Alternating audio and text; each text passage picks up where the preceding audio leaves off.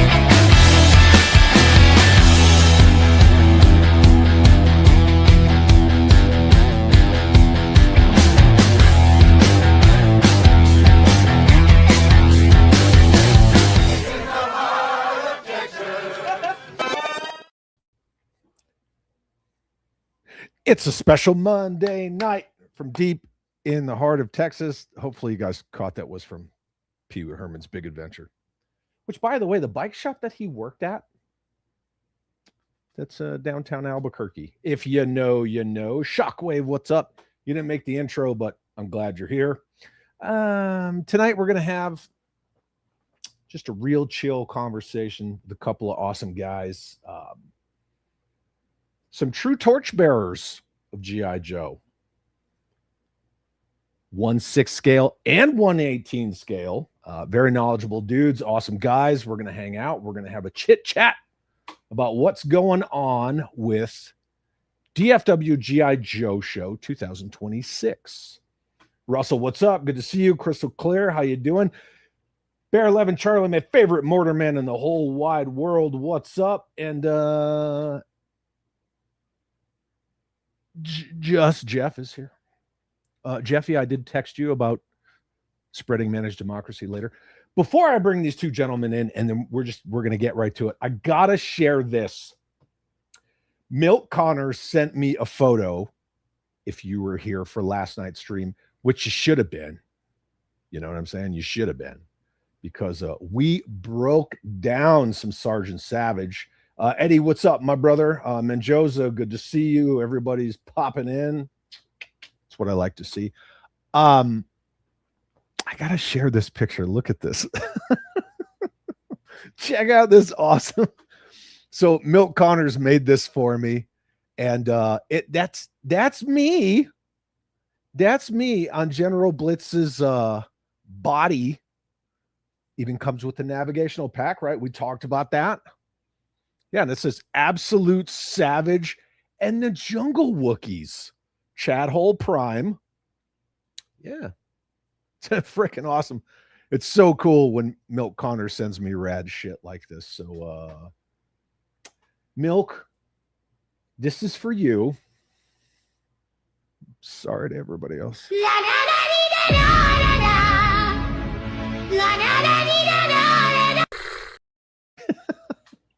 Damn bush Wookiees. All right. So that being said, I'm going to bring them right in. I've got Greg Brown from Cotswold Collectibles. Does all the work on DFW G.I. Joe Show. Of course, he's going to say, I don't do all the work, blah, blah, blah, blah, blah. And none other than the man behind creating G.I. Joe himself. This guy. Hi, Dan. How's it going? What are you doing? Did we lose Greg? No, I just didn't bring Greg in yet.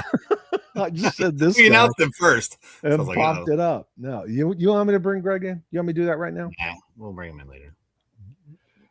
Here we go. Fuck you, Dan. 5 minutes in, and we're already swearing at each Greg's other. Jesus, what's that? Yeah, okay. Hey, what's up, Dan? How you been, man? Good. Doing good, man. How are you? Are you going to behave yourself? Yeah, I'll be good. Okay, because I'm hovering over it. What have you guys been up to? I mean, we all talk. We talk on the phone and stuff. I haven't seen you guys on a stream with me in a minute. How have you gentlemen been? What have you been up to? I'll let you go, Dan. Oh. No. Not much. Just a real life job now. So just been focused on that. I redid my collection room. So I brought in a case I had out in my garage for a couple years, and got it set up and got stuff out that I have never displayed. And I have my D12 cases right next to me here, and I move them out of the way for this interview. But so I got a bunch of FEPs and EPs and just stuff I just never was able to display. So I'm glad I can now finally display it in that manner. And so I'm pretty happy how everything turned out. So that's those are some good looking carded figures behind you on those pegs there, Dan. Thank you. Greg, what have you been up to, man? You are a super busy dude. What's a day in the life of Greg Brown these days? I have been in the back of our warehouse unpacking boxes from the Lanard archive that we acquired about, has it been 30 days, maybe 2 or 3 weeks? We acquired the archive, and we've been putting Ultra Core and Core. In fact, today we uploaded. I didn't realize the popularity behind Lanard's Rampage toy line. Told you. Yeah. And we put those things on, and people have been going crazy nuts over it. So tomorrow we're going to be putting out the Humvees and the Lanard Core tank and the 6-wheeler ATV and all that jazz. Oh man. I can't wait. And it's been a learning experience. I mean, you and I've had these conversations ad nauseum, how much of a fan I am of Core and how they're very underappreciated. Yet, people always say they're kind of knockoffs, but I think they kind of created their own identity. And so going back, I mean, dude, you and I've talked. We brought in 500 boxes of stuff, and this is everything that Lanard manufactured all the way back to 79. And so it's the core and everything else. And I've been going, and it's not nice and cool here in Texas right now. It's getting pretty warm back in the back warehouse, but we've been finding some really cool gems. I mean, dude, I was talking to Dan this weekend. There was a line that they came out with in like 92 or 93, but the colors were like these almost like neon colors, Yeah. And it was almost like Tiger Force and, like that. So we'll be bringing some of them to the show, but I'm just baffled about the variety and the color diversity that they did with this line. So that's what I've been Sorry, go ahead. Before we get into actual DFW 26. What were the deciding factors on what you chose to bring to the show? Because you literally have it all. You have everything Lanard now, and headcanon says a Lanard line that never got its due respect was Canine Core. Agree. And we got that too. Yeah. So what were the deciding factors on what you were going to bring to the show? Because I mean, we're still going through it. I've been in contact with Mark, and I'm probably going to butcher his name. It's Mark Teb, and he's the marketing director. In fact, he designed a lot of the early stuff, and he's going to be coming with us to the show, setting up. And he'll be at the booth with us. And so I've been trying to kind of pick his brain on when they would have the open houses, especially when they had the open house in Oxnard last year, what was the stuff that was really moving. What I've been eyeballing, man, is the huge sets, those ones that are come with like 1 to 2 vehicles and 6 figures or 12 figures or whatever, because they're going to be so damn big. It's going to be hard for us to ship those things. And I can tell you, Lanard manufactured sets that were huge. Oh yeah. These play sets that are just like, 2 foot, 2 foot wide by 2 foot tall by, 3 foot deep. And just so I know I'm going to be doing that. Space, I'm going to be doing Space Force, Space Troops, anything that's the name Space Force. We'll be bringing some of those to the show. Oh, the Star Wars stuff is so yeah, the Star ones. I'm sorry, I've been my brain's been frazzled. Yeah. And there's such a variety. They live all over my Defiant.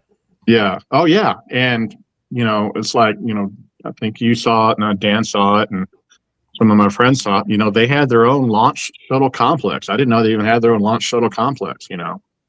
That had the Space Shuttle Challenger Columbia, main booster rocket, 2 booster rockets and the main fuel cell and all like that. So those are solid rocket boosters, also known as SRBs. Those 2, whatever they are, they're yellow. So we'll probably be bringing that. So it's just kind of there's so much out there. We can't bring everything, but we wanted to give everybody a taste of what there is. And so that they know, hey, Cothwell Collectibles will have the stuff at the show.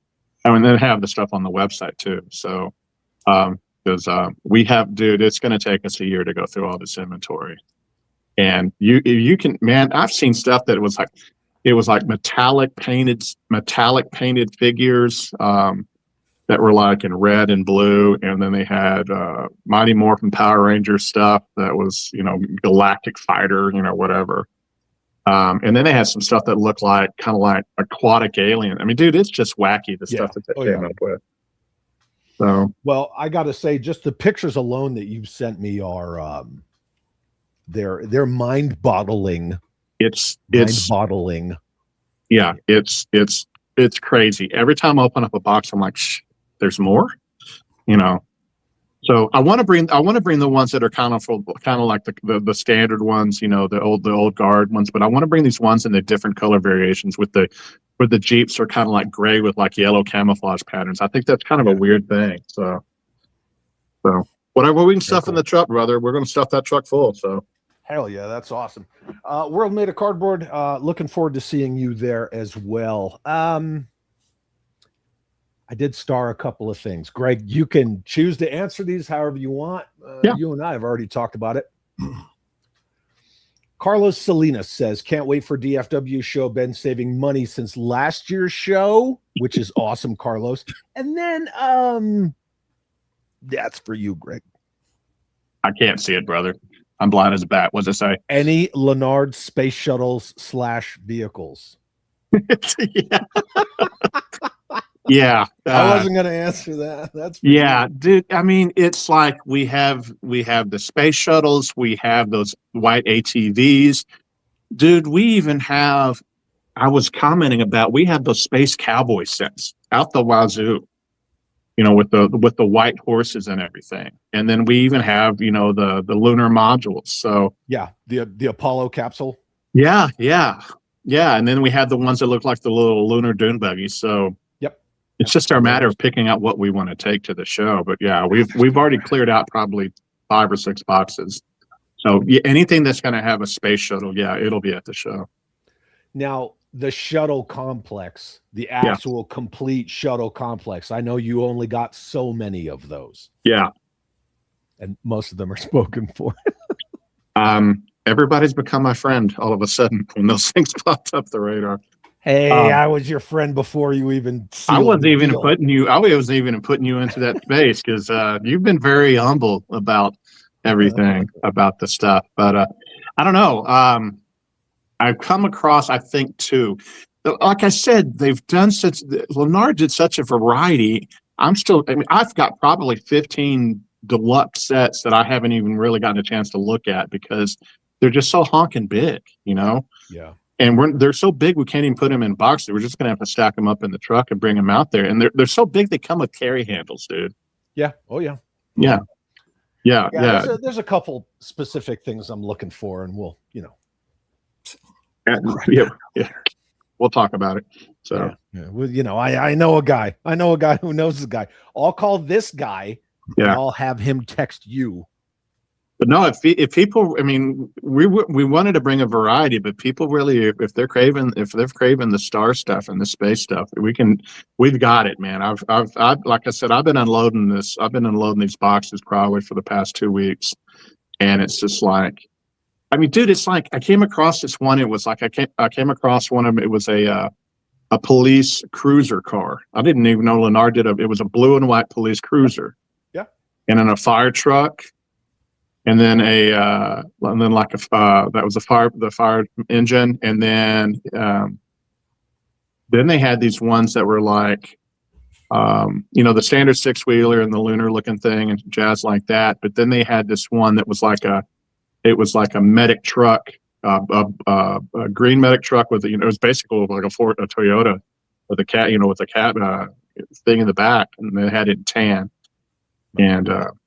I was like, I kind of remember those, but I don't remember the police cruiser. And I've only come across 2 of these police cruisers, so I'll be bringing them to the show. They're just so wonky looking. They look great. I don't remember anybody else making those bad boys. Look at this. Chad's hosting a swap meet, MEAT meet. Yes, I will be. He is. He is hosting it Saturday night from 7 o'clock to 9 o'clock. Stillwind is asking, will you be keeping some of the space stuff for the Cotswold website, even if you have to break it down? Also, do you have the EMT stuff? Yes, we have the EMT stuff. Everything. Yeah. And that's what I had some people on our Facebook page that were like, they were like, well, don't bring it all to the show. I'm like, there's no way in God's green earth I could bring it. Like I said, we loaded up a 53-foot trailer with 500 boxes of product, 300 boxes of which were probably core related product. So, and we only have 2 booths at the show. So, I mean, I'll be bringing, even if right now, if I cleaned up half the shelf of stuff, just cleaned up half the shelf of stuff, there's still so much more that's unpacked. So, yeah. No, yeah. All right. No, well, Greg's got a lot of Lanard stuff, and stay tuned to the future because it's going to be fun. I think people are going to enjoy it. Do you have the recent large Lanard spaceship toy? He has the launch complex. I have the launch complex. What's interesting is the more. Oh, I know what he's talking about. Yeah. No. Well, I haven't come across it. It kind of maybe. Yeah, I'm not as impressed with that one as I am with the older ones. But I think it has a handle to it, which is because it's so damn big. Yeah. But they took an existing piece and they converted it and did it and made it in white. But I haven't. It won't be at the show. I can tell you that I have not come across it yet. Gotcha. David, good to see you. Thank you for being here. Everybody that's popping in, if Dan or Greg is talking, I'm at least putting your comments on the screen. So I may not verbally acknowledge it, but I'm watching everybody else come in. Yeah, you got the Beast Bomber, right? We'll be bringing 3 Beast Bombers to the show. Oh, look at that, Bat Stan. Oh, I have 2 of them myself. Yeah. Yes, we came across 3 of them, and there's that one, and there's like this helicopter looking thing that is like it's as big as Beast Bomber, and we're bringing 3 of those as well. The helicopter that has the handle on the back? Yeah. Yeah, that shit is awesome. Machine Man says, Google search the lunar module, no hits. Any other search terms? I mean, I could go outside and get it. Yeah. There's a lunar rover, and then there's a space capsule. Mm-hmm. And the space capsule literally looks like the CM or the command module from the Apollo program. So it has, the dome on the top and then the body with like the engines. It just looks like an Apollo command module. Yeah. All right. Anyway, we could just sit here and talk about your Lanard scores all night. Anyway, I want to get into the show. Anybody in the chat, if you have questions for Greg and Dan, just at Chad or at Dan, at Greg, just at something so I can see it. But this is DFWJoeShow.com. The link is in the description for everybody. Oh, Greg, will you be bringing Joy Toy mix? You don't have any. You don't have any? We don't have any. Joy Toy's been a weird cat. We've tried to get some mechs in for the show, but I hate to say it, we were getting that stuff from Diamond, and Diamond's in a restructuring phase or whatever you want to call it. So all of our stuff with Diamond's in kind of a limbo. Gotcha. So yeah. Carlos Salinas is saying, I'm still enjoying my World Peacekeeper Quonset hut that I got last year. They're all sold out. We finally sold out of those things. We bought like 100 of those things. And like the Sukhoi fighters that you brought some mad shit last year. I can't wait to see what you bring this year. Yeah, we plan on bringing more of that next year. We didn't think it would be nice to bring a bunch of World Peacekeeper stuff when we're bringing in the vice president of marketing from Lanard. yeah, you know. Is Walter coming too? I don't know. I reached out to him a couple of days ago, and he said he's looking at his schedule. So I would like to hang out with Walter in person. It'd be nice to talk to him. He's been a huge cheerleader for the Lanard brand, but I was just shocked because the owner of the company, Jim, was like, he told Mark, he's like, Mark, I think you need to go to the show. and Mark's like, okay. And so I talked to him today, and he said he's got the ticket booked and everything. And he's the one, and Dan knows more about this, a lot more based on our conversations, because they have the original artwork from the original lineup of figures, Gunnar O'Grady and all those other guys. They still have the original artwork there at their offices in Oxnard. And trying to, and I'm going to give a shout out for Dan. We're trying to convince them to let Dan work with them on doing a book, but we'll see. Ooh, that would be freaking awesome. Yeah. Speaking of which, I want Dan to get some love and attention. Dan, last year, 2025, massive lineup, so many amazing guests. What do you want to stress about 2026 from your perspective? All the stuff that you've been helping to work on. All new panels.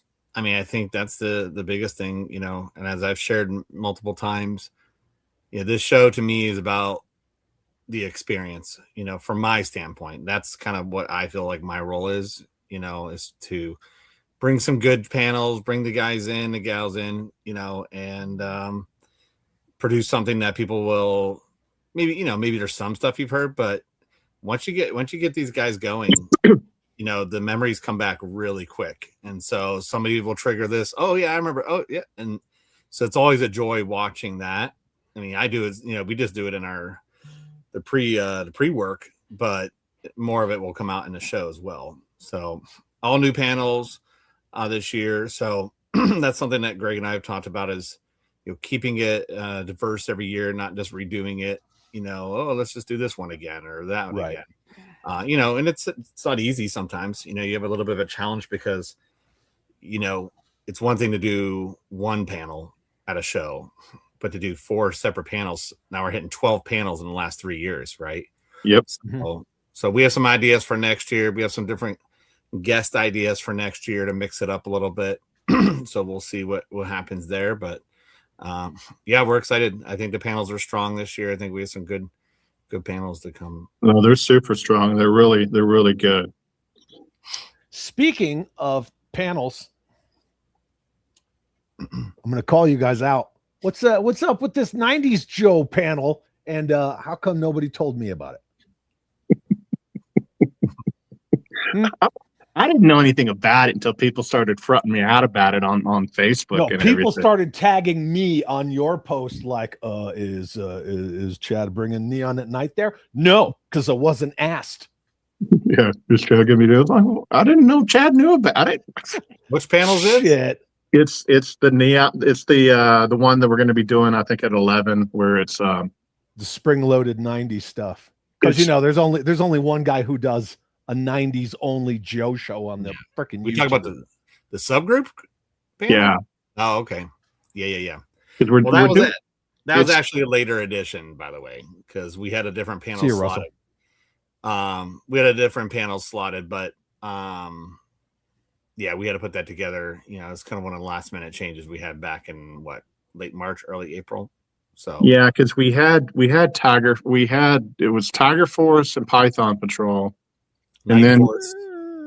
then we basically had it fleshed out, or Dan had it fleshed out, where we could do a bunch of different panels on, you know, repaints and subgroups and this and that and da da da. But we had to be really careful because we wanted to give them due diligence at every, you know, for the workshop, well, not the workshop, for the panels, you know, and the panels originally were only going to be an hour long. This year they're going to be about an hour and 15 minutes, hour and 20 minutes because we had to make some changes. And so, but that's what Dan's saying. We already have stuff kind of lined up for next year.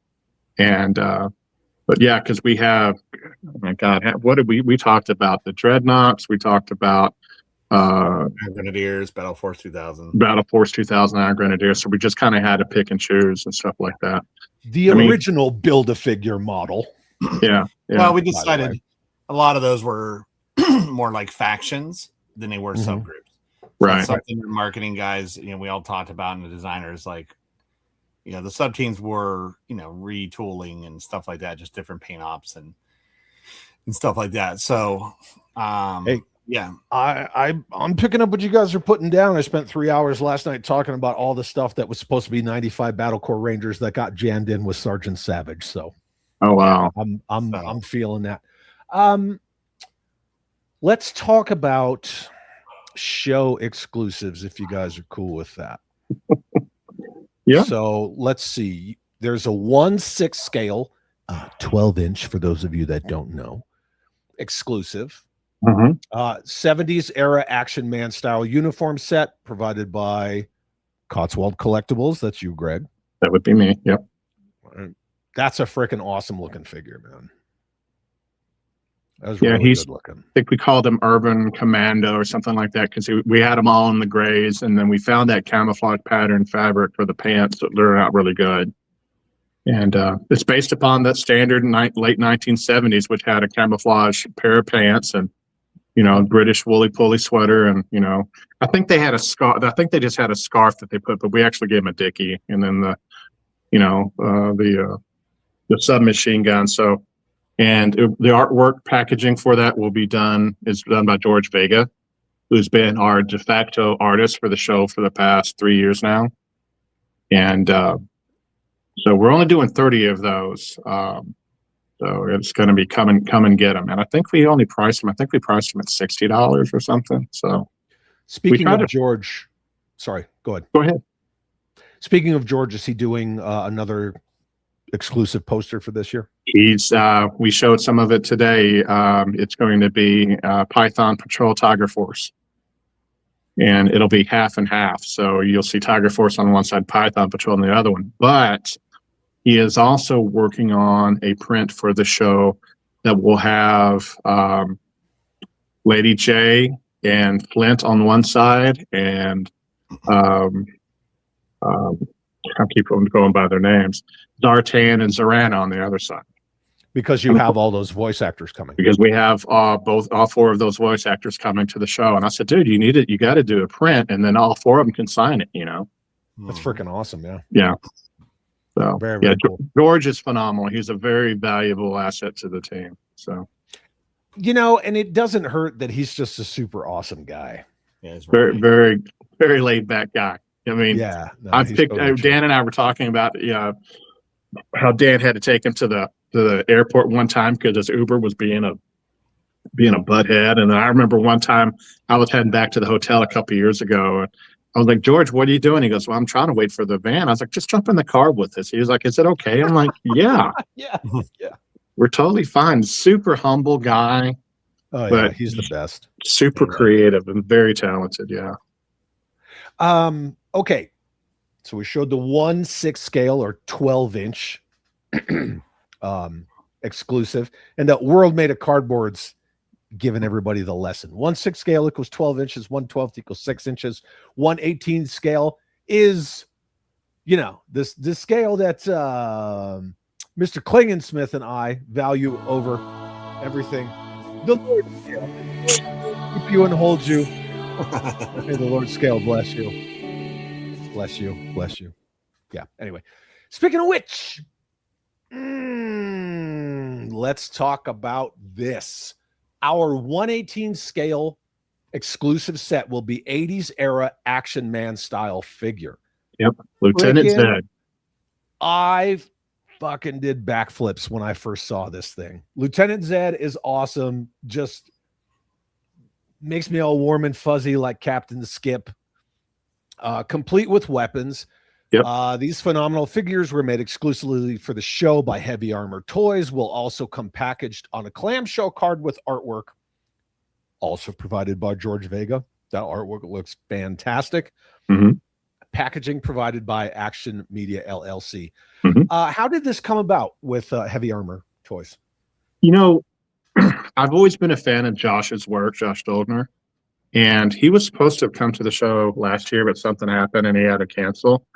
And I always kind of felt that he was kind of, I wouldn't say underappreciated, but he was just below the radar. And he was really, you know, the sailor sets that he was doing that, you know, you could basically put onto a flag, you know, the landing craft, the landing officers, LSOs and all like that, was just a really cool thing. And he just was, you know, he was cranking stuff out. He wasn't doing a whole lot of, you know, crowdfunding and all that jazz. And he was just making some really great troop builders and stuff. And I reached out to him and I was like, hey, you know, because I reached out to other people that manufactured figures, but I reached out to him and I was like, you know, this is what I'm thinking. Is this something you could do? And he had a concept to me really fast. And I was like, what's the MOQ? And he said the MOQ would be 200. And I'm like, I can work with 200, you know. I'll buy 5 of them. Yeah.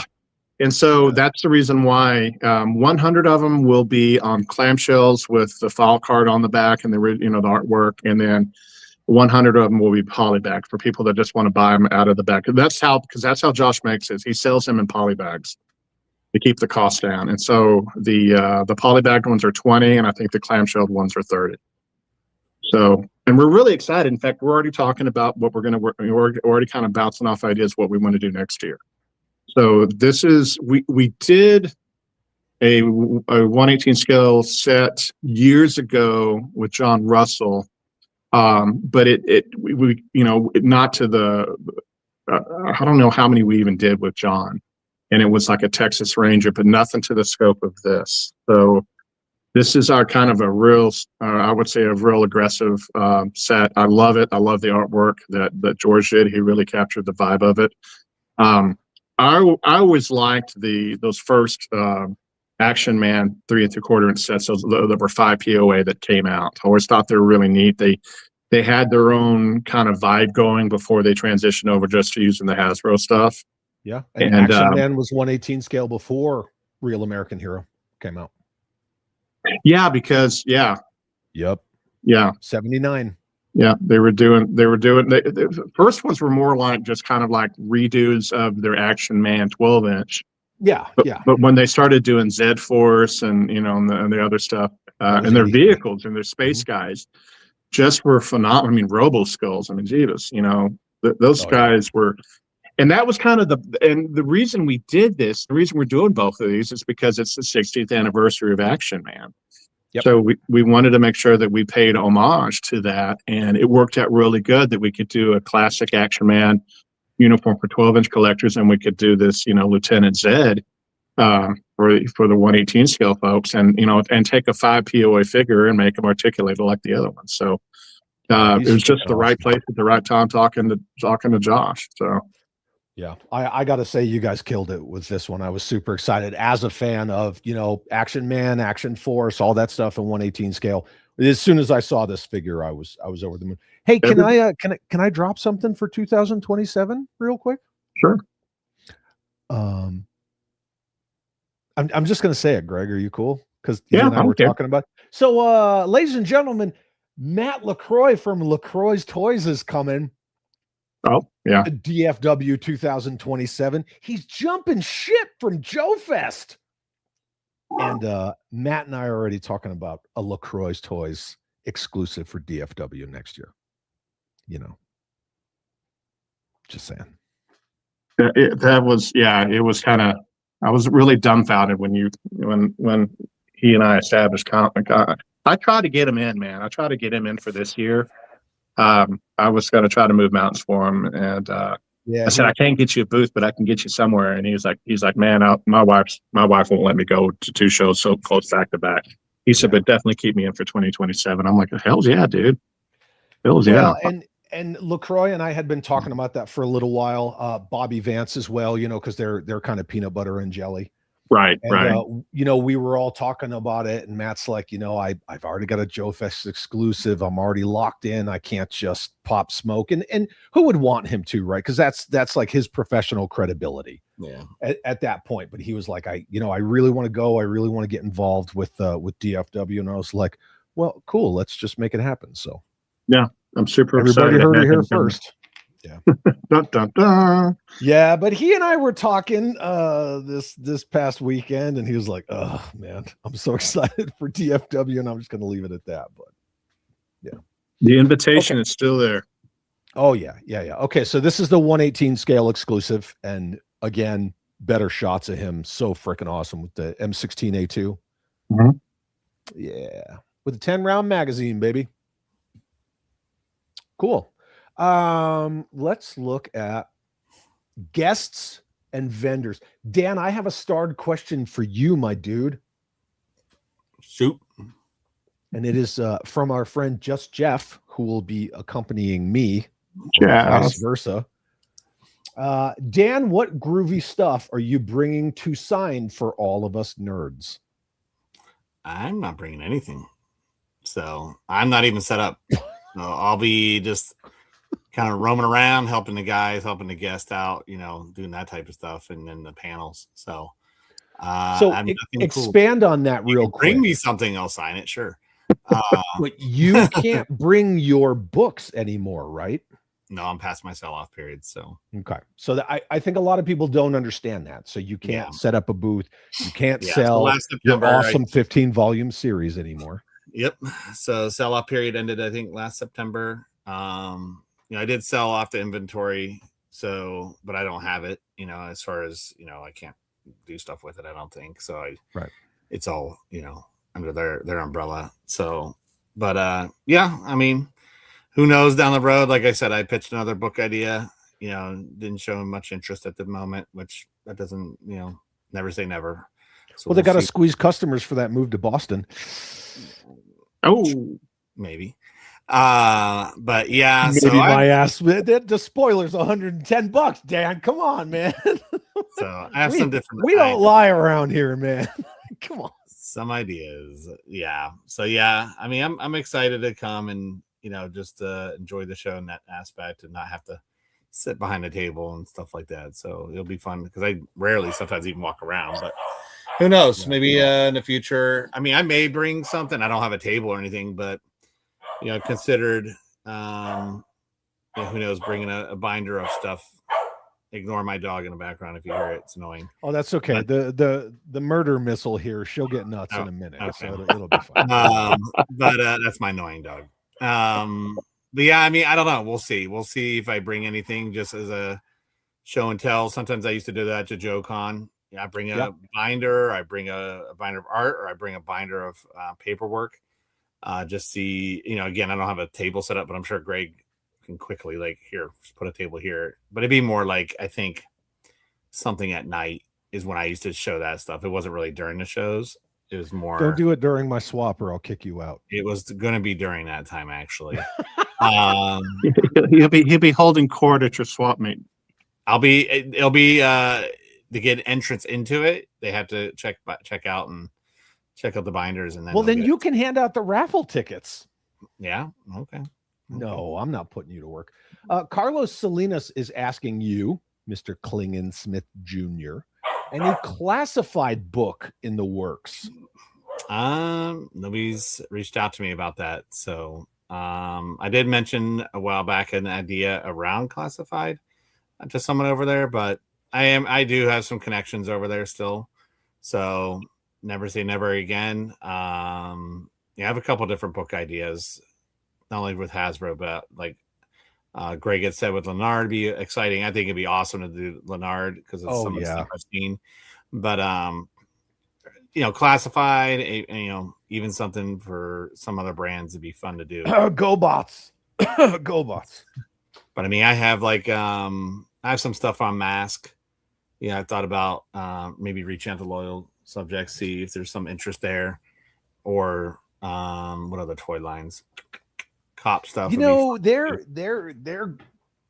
Their goodwill with their name and mask is not very great these days. Really? Oh yeah, loyal subjects and mask. Yeah, they're not. Yeah, just saying it like it is. Okay, let's look at some vendors and guests. All right, so special guest numero uno. Who wants to talk about Mr. Hama? I'll let Greg do that. Yeah, Larry wasn't able to make it last year due to scheduling conflicts, and so we got him back again this year. This will be his third time coming to the show. When we originally were talking to him, when we started the discussions, I had asked him, I was like, if you could bring 2 other people that you worked with on the G.I. Joe cartoon series, G.I. Joe comics from Marvel, what would it be? And one of them was Ron Wagner, and the other one was Rod Wiggum. And so fortunately, I got to know Ron Wagner by going to Assembly Required, and super nice guy, and talked to him about working there. And then also they both had also worked on the Nth Man, which is one of my favorite comic series, and I'm one of the few people that enjoyed it. And so Ron was like, yeah, I'm on board, which was really cool. And then fortunately, I couldn't get Rod to come in. Rod lives in Atlanta, but he doesn't even do the shows in Atlanta. And but he was like, I talked to him. He's like, Greg, I just really don't like flying much anymore and stuff like that. I was like, hey, listen, that's totally cool. But we're very excited to have Larry and Ron because, I mean, if you look at Ron, everybody knows Larry's, portfolio, his resume. But Ron has a very impressive resume as well on the work that he did, for the 155 issues of Marvel's G.I. Joe. So we're pretty stoked about having both of those guys there. So nice, very cool. Headcanon says I had Hama sign my Nth Man #1 last year. I'm bringing it to get Ron Wagner to sign it. Yeah, it's funny because when I went to Assembly Required, I didn't get to go last year. I went 2 years ago. Ron was sitting there and he was drawing the sketch because he was doing sketches for people. And I was like, how many John Does do you get requests for? And he stopped what he was doing and he looked right up at me and he goes, not many. Yeah. And so I'm going to get on the list and have him do a John Doe for me. But yeah, it's an underrated series. I don't think it really got a good shot because it didn't take place in the Marvel universe. But it pays homage to it. And I mean, it's got, John Doe, he's a ninja. I mean, you can't go wrong with that. So. Well, yeah. I put a bug in a couple of people's ears that they need to hijack Fury Force because, it never got picked up. So you could no lie. That'd be cool. Yeah, exactly. I mean, Fury Force would be awesome. My $1 million elevator pitch was, you want to do all these Transformer crossover collabs with, Back to the Future and Ghostbusters and G.I. Joe. Do a freaking G.I. Joe Marvel Legends Larry Hama collab where it's Fury Force but classified. Yeah. Nobody listened. No, nobody wrote me back and said thank you for your consideration. I have to pop back to this real quick. Yeah. Dan, Jedi Ben says, you're an awesome guy. You helped him out on a missile command headquarters. Sorry, I was muted. My daughter was in here earlier. Okay. Missile command. Did I? Recently? That's what Jedi Ben says, unless you're calling him a liar. Thank you for saying I'm a nice guy. He said you helped him out. So much nicer than what Greg says about me. So thank you. Yeah. Oh, Dan. World Made of Cardboard is asking, does this figure have wrist articulation? Yes, it does. Yeah, you can see it does. Nice. Right. Hold up. You can see it right there. Right there. It does have Most Did you know? modern O-ring figures have wrist and ankle articulation. And did you know that was actually considered back when they were doing the swivel arm back in '83? Listen to that. Dan knows everything. Pearls of wisdom emanating from his mouth. Looking at the mock-up right now. I had someone come over this weekend. They're in town for a show. They're mainly Star Wars. But Dan's like, oh, hold on. No, small men. Let me go ahead and pull up my mock-ups. He's dribbling them. Just that's trying to be relevant in this conversation. No, that's true. It is. Actually, Dan, yes, thank you for sharing that. But it is very heavy armor, Lone Wolf, LaCroix, so Strike Force Alpha, all that stuff, they all have wrist articulation.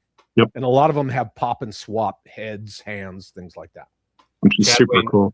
Chad's waiting for the articulated fingers so he can display all his figures. Exactly. That's what I'm waiting. How, Greg? Like this? Greg? Huh? Like that? I can't see you, dude. I'm on a he phone. Is not paying attention. Okay. I'm on a phone where your head is about as big as a millimeter. There. Oh, that. Okay, I'm sorry. Yeah, okay. You're number one. Just Jeff is asking you, Greg Brown of Cotswold Collectibles. My name is Jeff. Name's Jeff. Is there a limited run on these by limits? So there's 200, right? 100 bagged, 100 carded. You already said that. Yeah. Is there a purchase limit? I don't think so, unless Jeff's going to go in there and buy 30 of them. No, he's not going to do that. No. Trust me. To be honest with you, we'd be exceptionally happy if we sold all 200 at the show. You know, I know that we have received multiple emails and messages from people in Europe and people in Brazil and other foreign countries that want to get it. In fact, one guy got belligerent with me and he goes, I live in England. I am entitled to this figure. And I'm like, will you offer it on your website after the show? If we have any left, they will be on the website and they'll be on our social media page. We've told everybody that if there's anything left, and there probably will be some left, but I don't think we have a minimum. Show exclusives should be. That's how they should be.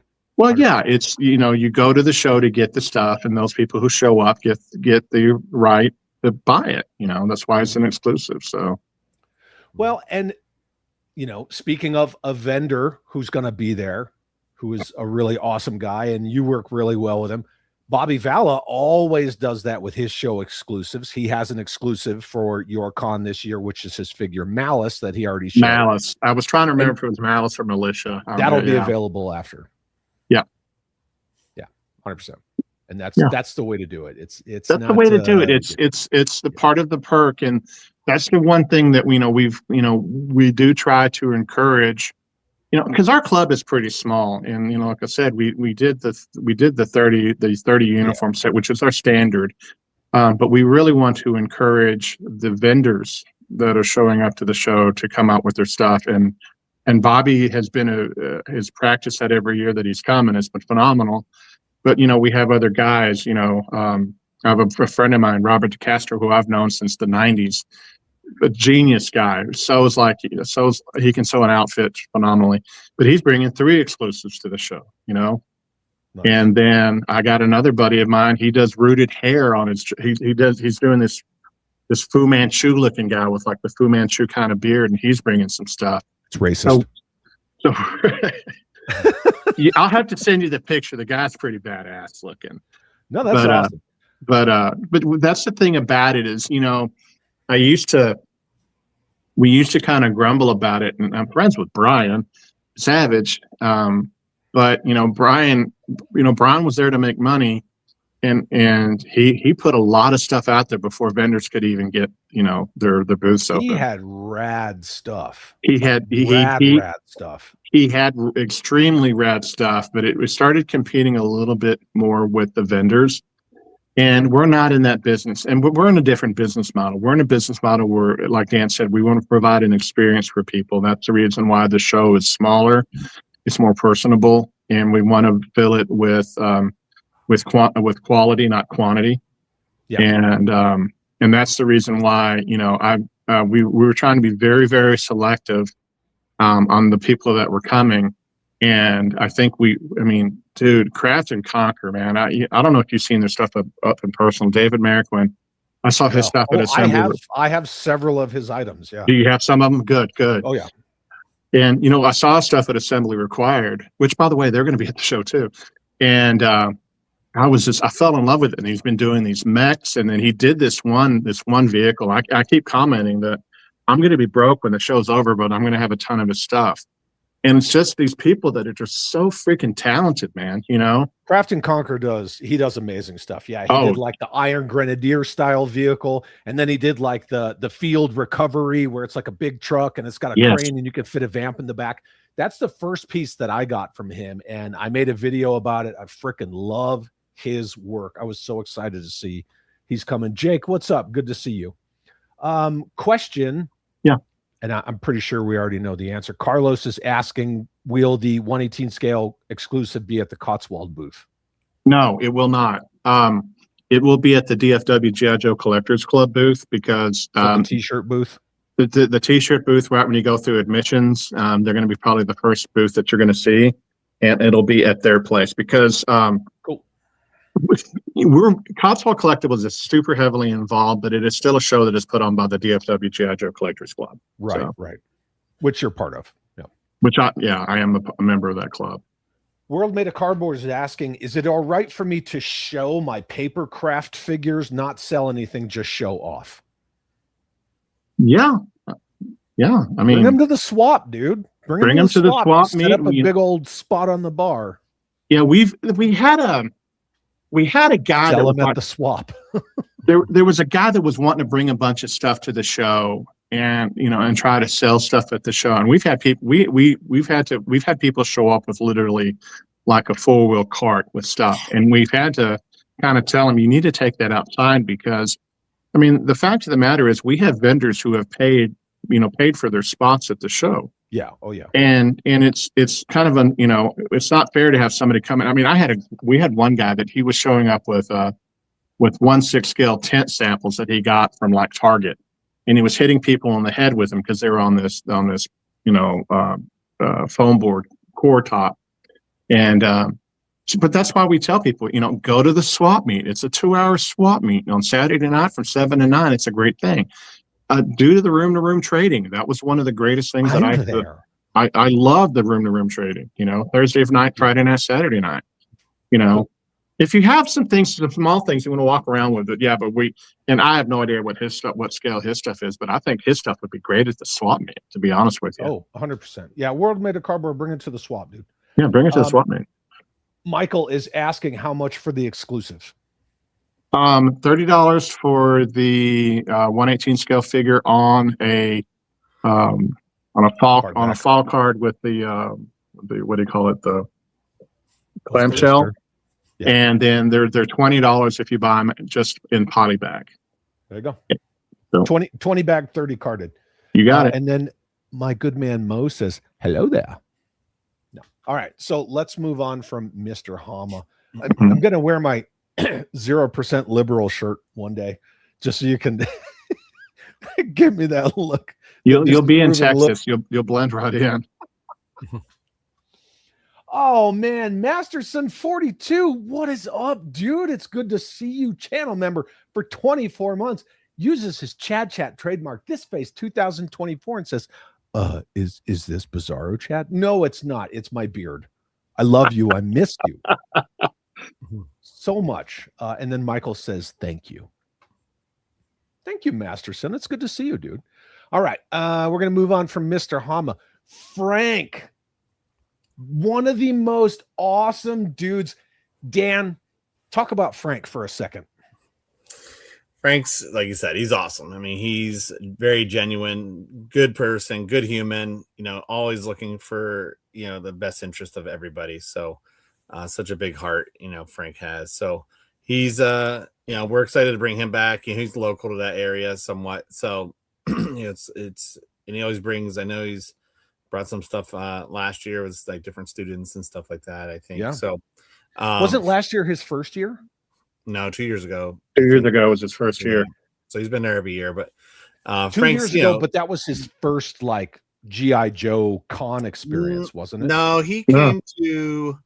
We had him at Joe Con years ago, and then he actually did a show down in here in Phoenix. It was maybe it was his wife. I don't know, because his wife was telling me his about. wife. Like this is so new to me. Yeah. And Frank's he's the godfather of finger flick technology before spring-loaded stuff was allowed back into the lines.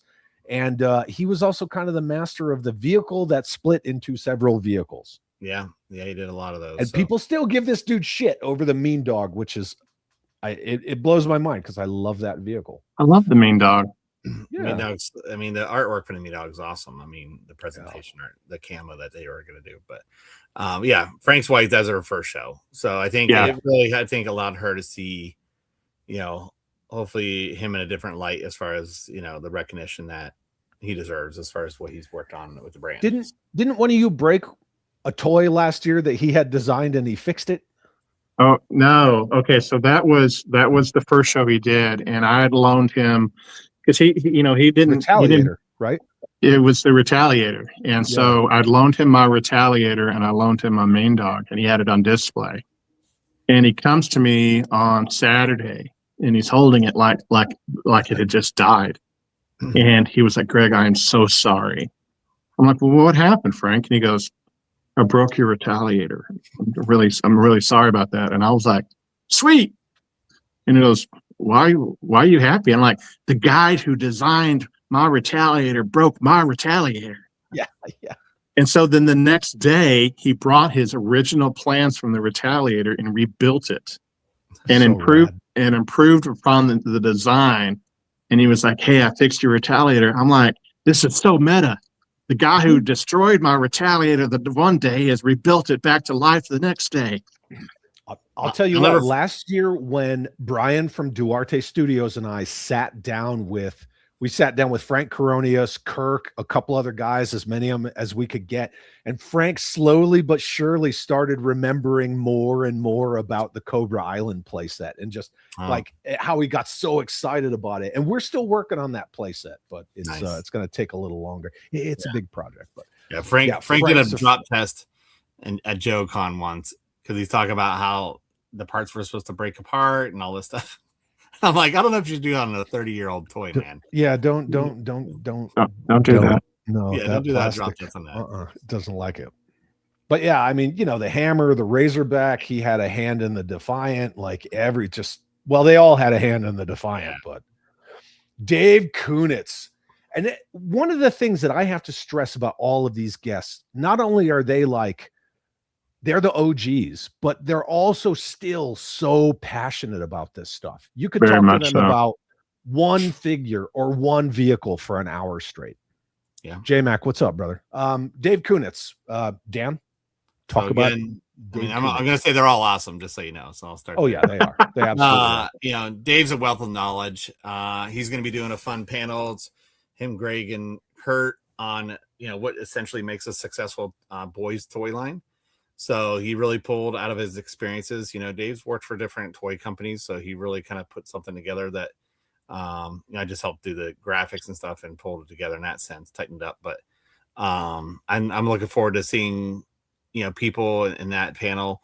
Sometimes these guys think like, if we're not showing artwork, we're just who wants to listen to us talk about marketing, or who wants to, I'm like, a lot of people do, and in my opinion. Yeah, absolutely. So I think this is something. This is something that will be fun to hear him in that aspect, but also he'll be involved in the other panels. He was, heavily responsible for some things with Python Patrol, so I'll let him talk about that. And then one of the panels is going to be, if I can go back and redo essentially some things or make some changes to existing items. So instead of unproduced stuff, it's if I can go back and redo or make some adjustments to things. He'll be involved in that panel as well. So, Brad, but lots of knowledge, lots of great stories. And Dave's, he's been present every time we have a meeting. Him and a few others are always there every time. So that's greatly appreciative. Heavily involved. Yeah, heavily involved in the brainstorming and always bringing great ideas to it. So cool. Bada Boom, Marco, Plastic Mercenary. J-Mac, it's good to see all of you. And Headcanon, here's your answer, because Dan Klingensmith knows everything. Who designed the Skyhawk? Wayne Luther. Bam. There you go. Wayne Luther. It's called the Puddle Jumper originally, I believe, and then it kind of transitioned into the Skyhawk. I think yeah. It's in That's the a book. name. That's a name change. Yeah. Well, yeah, but you can see how Puddle Jumper kind of fits too. Yeah. It's applicable. I wish I knew as much about Joe that you do, Dan. And I think. Do you though? I do. I think a lot of people don't. There's a lot I still need to learn. Like I've talked about recently, when I was doing the books, what people may or may not know is, with all these binders and, I was on my beast mode, I was, all right, here are the characters. Here's whose vehicles I'm featuring. Yeah. You literally just have to dive in. Yeah. I specifically looked for memos regarding some of those things. Well, some of these memos I didn't have early on. So right. Volume 1, especially Volume 2, even some of that stuff. I mean, just over the years, I started to dive into it just to kind of keep, we all go through moments in time with collecting and stuff. And, I had a little bit of a lull there, just, without the books and something to work on. I'm project oriented. That's just how I am. And so, I was trying to build that excitement again. And so I started going through some of the memos and Toy Fair presentations and stuff like that. Like, I think I shared the Cobra Island years ago with you. And so, it's just trying to go through that. But there's so much out there. Like I know what I know because I've come across it. But I think I shared a memo recently, something about, what was it? The Cobra officer. I think is something I think it was sculpted on his chest. I think it's the gun or something that ended up being sculpted on his chest, but is actually going to be an accessory originally. Really? Mm-hmm. So just the Cobra Trooper has the garrote, right? He has the garrote. Yeah. Oh, is that what that is? Yeah, it's a Cobra Troop. Yeah. So I think it's a Cobra Trooper that had the change. So I think the memo talked about it. The officer has the pistol. The trooper has the garrote, so the trooper can come up behind you and get you with the piano wire. That's cool. J-Mac, Jeffy and I will definitely hook you up with a poster, dude. We'll take care of you. So cool. Let's move on a little bit. Impossible Pie, channel member for 23 months, says, "Yo, Joe, what's up, Pie? Good to see you, dude." And Headcanon, for the record, does have every single version of the Skyhawk. Nice. To include that frickin' con version of the Steel Brigade. Now he has to start getting the pre-production pieces that are out there. Oh, Jesus. Here we go. And then Jeffy says, Dan's garage looks like the warehouse at the end of Raiders of the Lost Ark. It's not my garage. That it would be melted plastic if it was my garage. Yeah. So yeah. Thank goodness I'm not sitting in my garage. All right, so we got Dave Kunitz, and then we got Kirk Groen. Kirk Groen, best known for G.I. Joe Extreme. No, I'm just joking. Damn. It was right. He knows. We all give a shit for it. Right here, right there. Something that a real jerk of a guy talked about for several hours last night. I'm trying to think if he worked on Savage. I don't know. He did. Did he do some Savage? Okay. I wouldn't have put the picture there if you didn't. Oof. I'm just saying because he worked on what's it called? He worked on like Mortal Kombat and Street Fighter stuff for sure. But he didn't design that version of Snake Eyes. He worked on the Hall of Fame line, Jeffy. He did do that design. He did do the design because I sat down with him one time and he told me. Yeah. He talked to me about the gauntlets, what the gauntlets actually had writing on them. Yeah. And he told me what the writing was for. Like when I was whatever the age was when that came out, I never could read the damn thing. But he designed that version. If you get to talk to him, he has a great story about when they presented that because they started going to conventions in the 90s and stuff, and some collectors like he has a great story behind the snake eyes. So I'll let him share it if you guys could talk to him. But Did yeah, he Kurt's design awesome. version 2 Storm Shadow? That's Mark Pennington. That's Pennington. Yeah. But yeah, I mean, Kurt's awesome. I mean, Kurt's been great. No, he's super cool. He's one of the first designers I met back in the day. I got some artwork for him. I had him do a commission, and we always joke because I was probably a thorn in his side when I was, I don't know if I like those heads. But now we laugh about it because I'm sure I was a pain in his ass. But he and I will text every so often. Any of these guys, but especially him. Sometimes I'll just text him like, "Hey, I think someone asked recently about who was it? Outback." And I asked the question like right away, he got back to me. So he's always resourceful. A lot of these guys are really quick on things, but extremely quick. Vapor was that's his first figure. So they used to walk around the office like this because he designed like a one-eyed character. So they always Vapor. Yeah, that's his first character he designed. So, so he gets a lot of crap for that, but whatever. But he worked on Jurassic Park, like it says there, and some of those other lines. And he was the only one who really went to, Cincy, for G.I. Joe. And he, maybe with the Kenner people in Cincinnati is what you're talking about. with the Kenner guys and stuff from a design standpoint. Maybe someday, if there's enough interest, we can maybe do something on G.I. Joe Extreme. How about we do something on Savage instead? Well, maybe we'll do a podcast on Extreme, not a panel, maybe at a show. But Savage. My only beef with G.I. Joe Extreme, the vehicles are awesome. I think the Extreme vehicles don't get enough credit. I mean, Iron Claw. My beef with Extreme, aside from Ginger Kent and Alan Hassenfeld, and they pulled an Ides of March on Real American Hero and Savage, is what G.I. Joe Extreme did to Sergeant Savage. He looks like shit. Yeah. So G.I. Joe, and I mean, and I've talked to some of the designers who worked on that brand. I mean, it gets a lot of hate, but where they were heading with it, I think they were trying to make some choices. Articulation was going to come into play for the future waves. I like Iron Claw. I like Iron Claw. I think he's a cool looking dude. But I do too. I think he's a great character. And I like. We got him later in the modern 4-inch. So. Yeah. So who knows?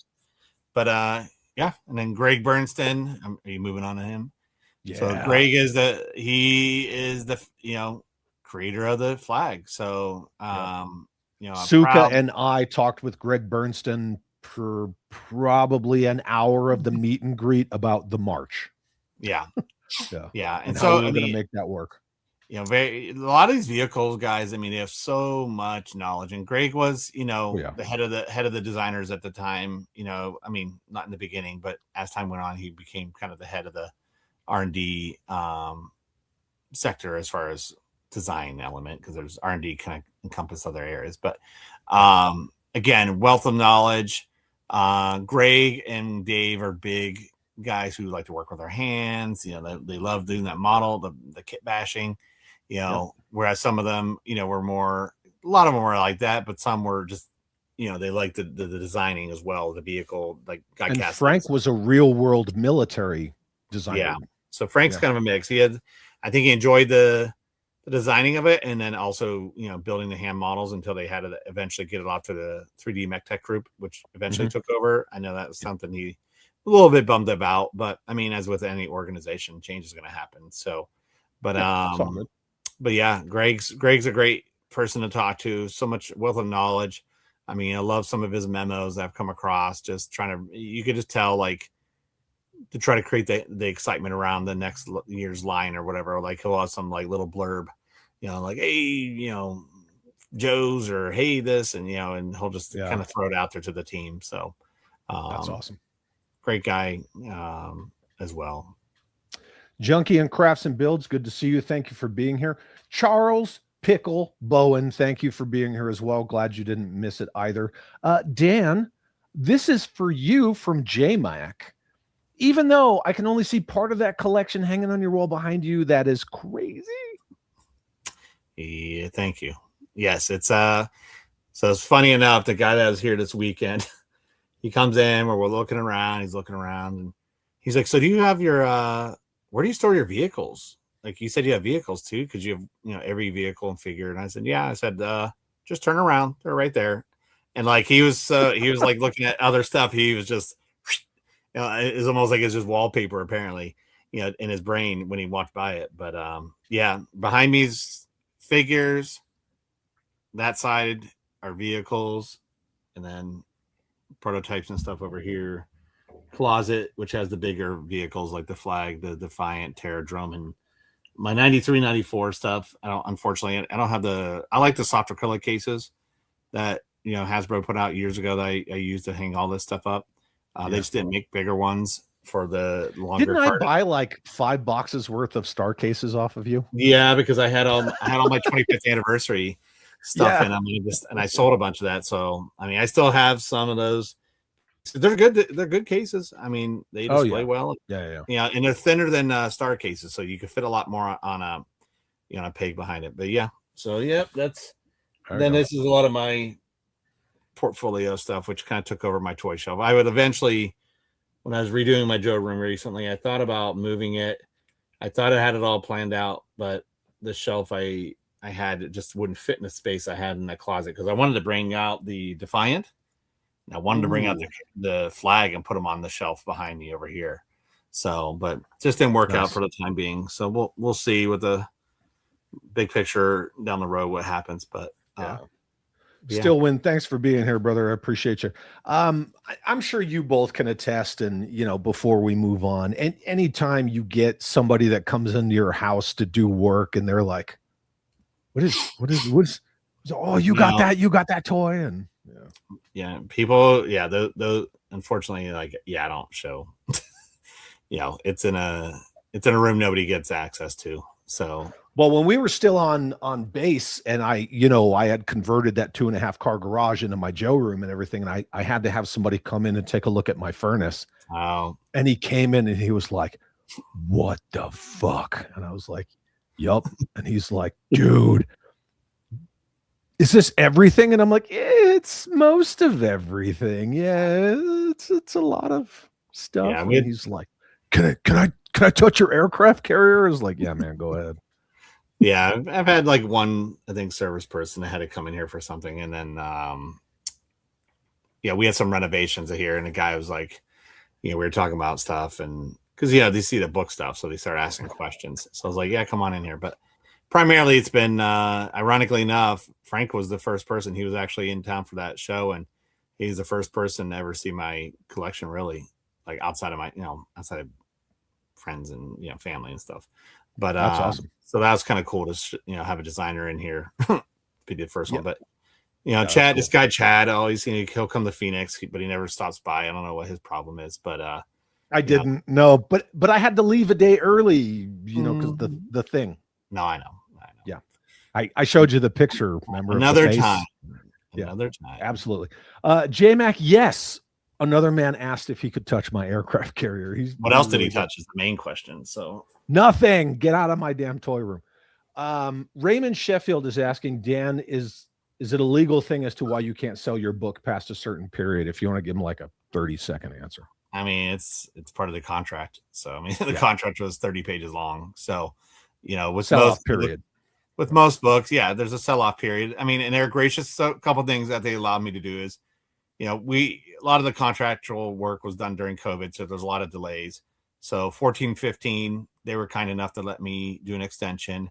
They also extended my sell-off period. So my relationship with Hasbro has been great. They're great. The old team I've worked with, there's unfortunately some people who had left, but even the newer team, I have nothing bad to say. The publishing team's great. They've always been very kind to me and very resourceful, and just willing to work with me. So again, I look forward to doing something down the road. It's just I have to find what's going to appeal to the audience. You know what I mean? Like I said, I have some ideas. I pitched to one.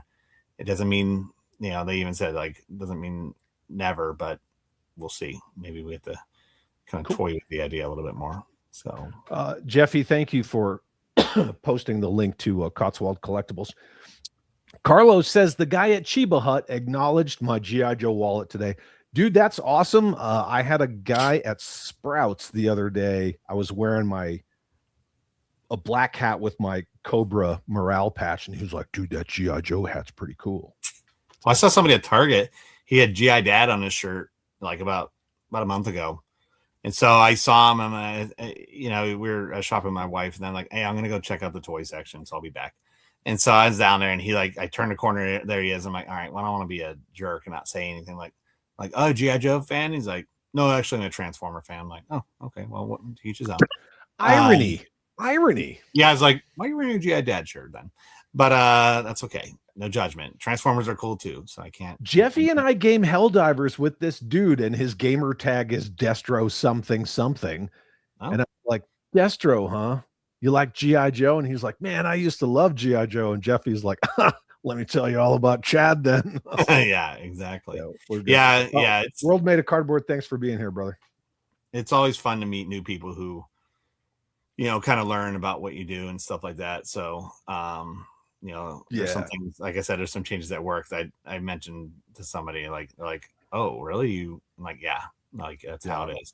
So J-Max says, "Oh yeah, somebody liked my Never Go Full Classified shirt." Dude, that's awesome. And then Charles Pickle Bowen says, "We all work hard to find these things. I like when someone acknowledges and enjoys my collection." Totally agree. Yeah. You want to see a very awesome eclectic collection? This dude right here, Greg.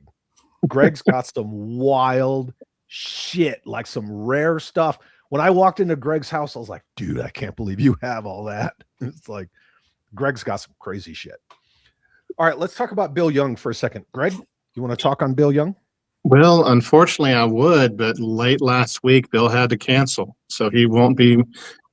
This was going to be his first year doing the show, but he had to cancel. Ladies and gentlemen. Thank you for being here. Greg Brown just fucking ruined it for everybody. Yeah, Bill's a good guy. Great guy. I'm just kidding. Just on personal things he needs to take care of, which I completely. Greg and I have talked about it. We completely get it. It's understandable. I get it. Okay, it's like I've always said, Bill Young. Family comes first. I've always said that. Family's always first. Jim Largo, what's up, brother? Yeah, family's always first. All right, so unfortunately, no Bill Young. I didn't know that, or I would have just skipped past it. Was one of my favorites. So. Yeah. So he will be involved, hopefully, somehow, but we can talk about that later. Yeah. You're cool. You're cool. You're cool. Not you. You're cool. Yeah. Sorry. Oh, come on. Not the Buzzbore? Come on, man. No, the Buzzbore. Buzzbore art's pretty cool, though. The art, yeah. Come on. All right. Anyway, Zach Hoffman, a.k.a. Zartan himself. Bringing him back. We had such a blast with him last year. We wanted to bring him back one more year. That's cool. That's real cool that Zach Hoffman's going to be there. And again, you guys have the poster with Zartan and Zarana, and then Flint and Lady J, which I think is freaking brilliant. I think it'll be a real crowd pleaser. Yeah. Lisa Raggio, again, the voice of Zarana. Yeah. But he didn't get the camera in my earring. Yeah. That sucked. I'm going to not do that again. Yeah. Lisa Raggio is going to be there. Mr. Swanson himself. Dan, talk to us about Bob Swanson and his importance with Real American Hero. So as you can see there, so Bob's, is product manager for Joe late 80s. Sorry. He is Major Storm. So if you look at the artwork that Doug Hart painted, it's Bob. And Bob has an interesting history. Like if I recall correctly, he started as an intern, I believe, if I recall correctly, because he and a few others. I have a picture. There's a internal like newsletter that Hasbro used to have called the Hasbro Herald, and he's there in his little suit and everything back in the day. And but Bob's dad worked in the model shop as well. So, he was part of HasCon. Bringing him into the model shop was one of the best things, that I, as far as experiences, because a lot of memories flooded back to him, when he's younger. But Bob's great guy, a lot of knowledge as well. He worked on a lot of these subgroups, so he's going to be instrumental in talking about those. as far as that panel goes. With Look, people are shitting on Python Patrol and Sky Patrol, but you know what you can never shit on? The fucking Marauders, because those vehicles were the shit. Yeah, some great stuff. Never shit on Slaughter's Marauders, or I will boot you from my chat. Just kidding. Please don't leave. But the cool thing is, I mean, I know we haven't gotten to him yet. Guy Cassidy designed the General, so you know, if you have anything General related, get it signed by both these guys, because you know, you kind of have double whammy there, the driver and the vehicle designer. So, you know what I could bring? I could bring just one of the front cockpit doors and just have them sign that. Yeah, could do that. Because I'm not bringing my fucking General. You can bring the Locust, and you can get Dave Kunis to sign it as well, because he designed that. So we could, yeah. And then when I go to sell it down the line, people will be like, "Oh, you ruined the value by having somebody sign that with a paint pen." Exactly. Yeah. Michael Charles Hill. Okay, so I'm not necessarily going to talk about Michael Charles Hill, but I am going to share my little MCH story. So last year, he's at the show, and you know, Cold Slither's all the big rage that Hasbro's pushing for classified and shit, you know, part of one episode of a show, which is weird because it's about groupthink. And they turned Cold Slither into groupthink, which is kind of ironic if you think about it. I was walking by one of my friends, you know, a subscriber, I believe a channel member, was talking to Michael Charles Hill. And Michael Charles Hill says to my friend, "You know that guy?" He's like, "Yeah, it's Chad." And he's like, "Yeah, he doesn't like Cold Slither very much." My friend was like, "No, he doesn't." Anyway, yeah. But he worked on Challenge of the GoBots, so I'm cool with that. That's all I got to say. Anybody else? He also worked on, or he did the whole story behind the Brazil mission set. So, yeah. And what's Claymore's final card? What's really cool about this year is he has written a script treatment for this year's show, and they're going to do a live table reading. Table read, yeah. Of that, and it's really funny because we wanted to do it last year, but there were some people who didn't want to do a live table reading, so we just kind of had just a memory lane type of thing. But I reached out to everybody this year, and I was like, "Hey, do you want to do this?" I'm like, "Hell yeah, we want to do it." And he's written a 60+ page treatment, and he's still not done, but he's got the basic one out.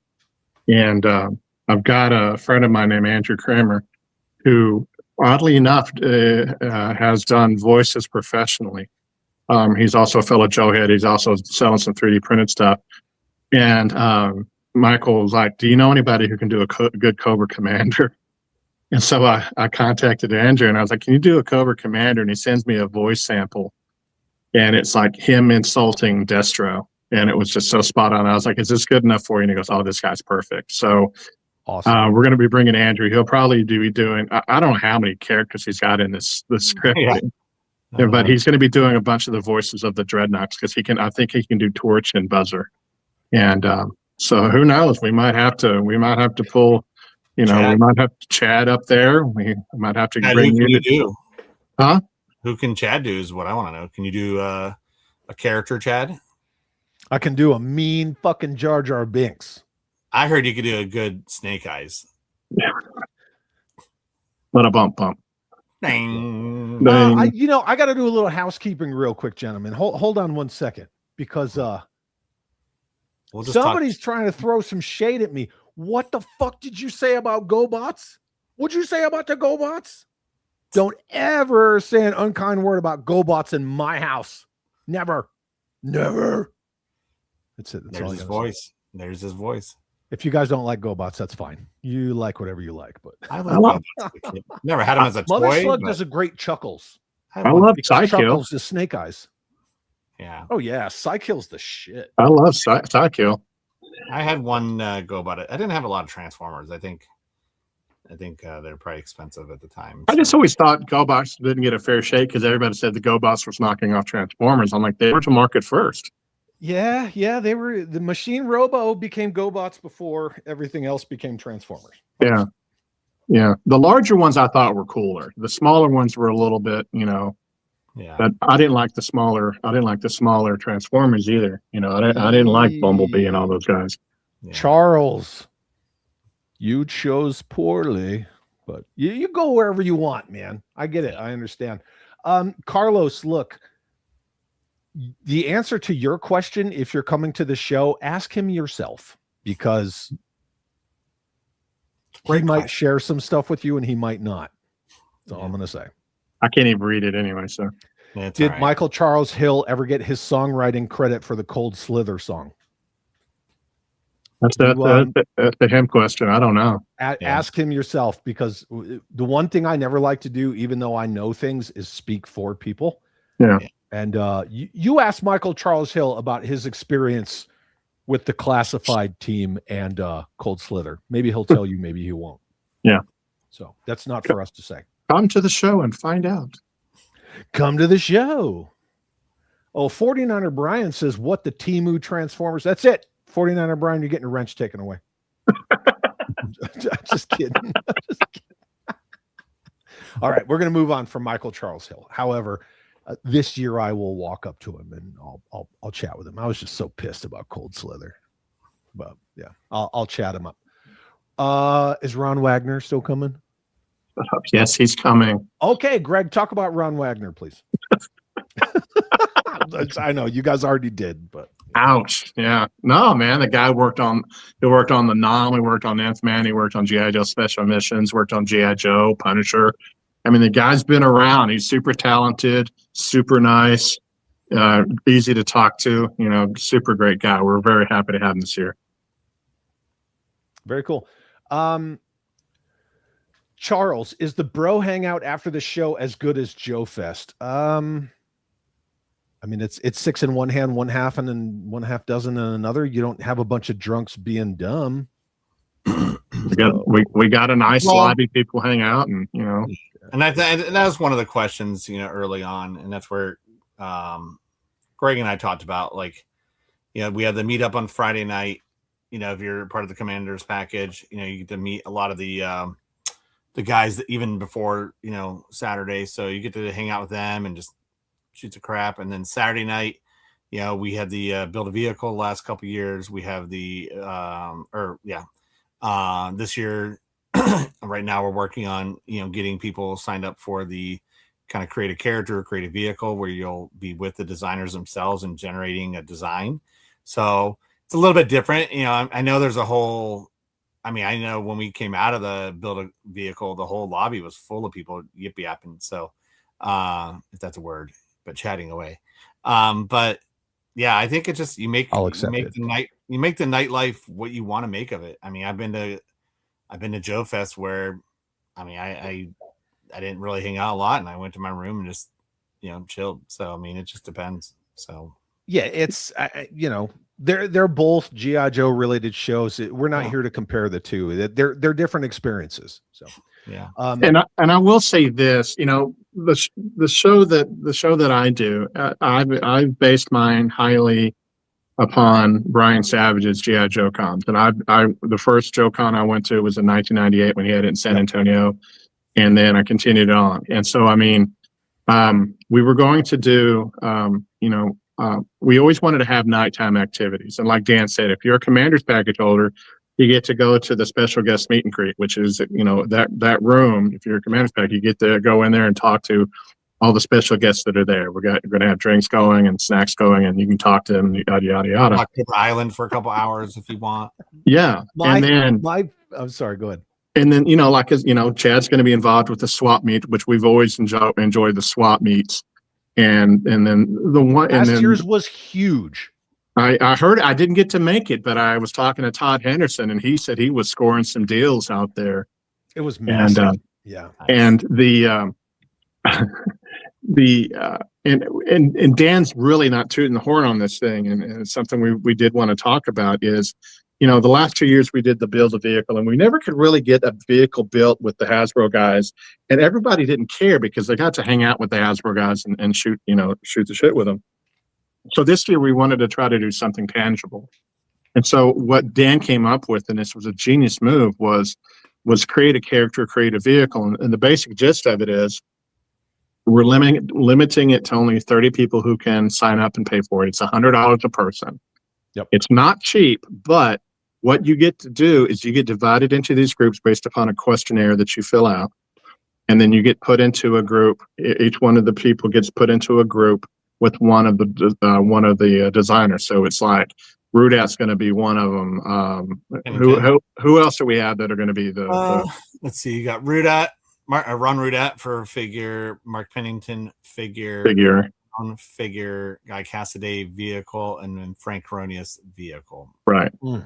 And so what they do. Where the hell else can you go where you see these legends from one of the biggest toy lines ever, and you can hang out with them and build your own shit? Yeah, design it from scratch, which I mean, that's the thing. It's one thing to get a commission, right? It's one thing to get like, hey, go do a commission this, but to design something entirely new and have input on it, that's where I think it's unique. And I, you know, I wasn't trying to undersell it, but yeah, Greg's right. Like to me as a collector, I mean, again, it's about the experience. You get to sit there and, you know, hey, let's give him some camo. Oh, let's give him a mustache. Let's give him a beard, you know, whatever it is. And they'll work with you because they love doing it. I mean, that's what they're passionate about it. So we made sure, you know, the guys were all on board. We asked ahead of time, like we didn't force anybody to do it. We had like, hey, are you cool with this? Like, are you into this? Like, yeah, they were totally cool with it. And what's really cool about it, Chad, is, you know, like I said, there's a questionnaire that's going to narrow it down. Is the person going to be Army, Navy, Air Force, Marine? Is it going to be desert? Is it going to be jungle? Is it going to be a sniper? Is it going to be, you know, whatever?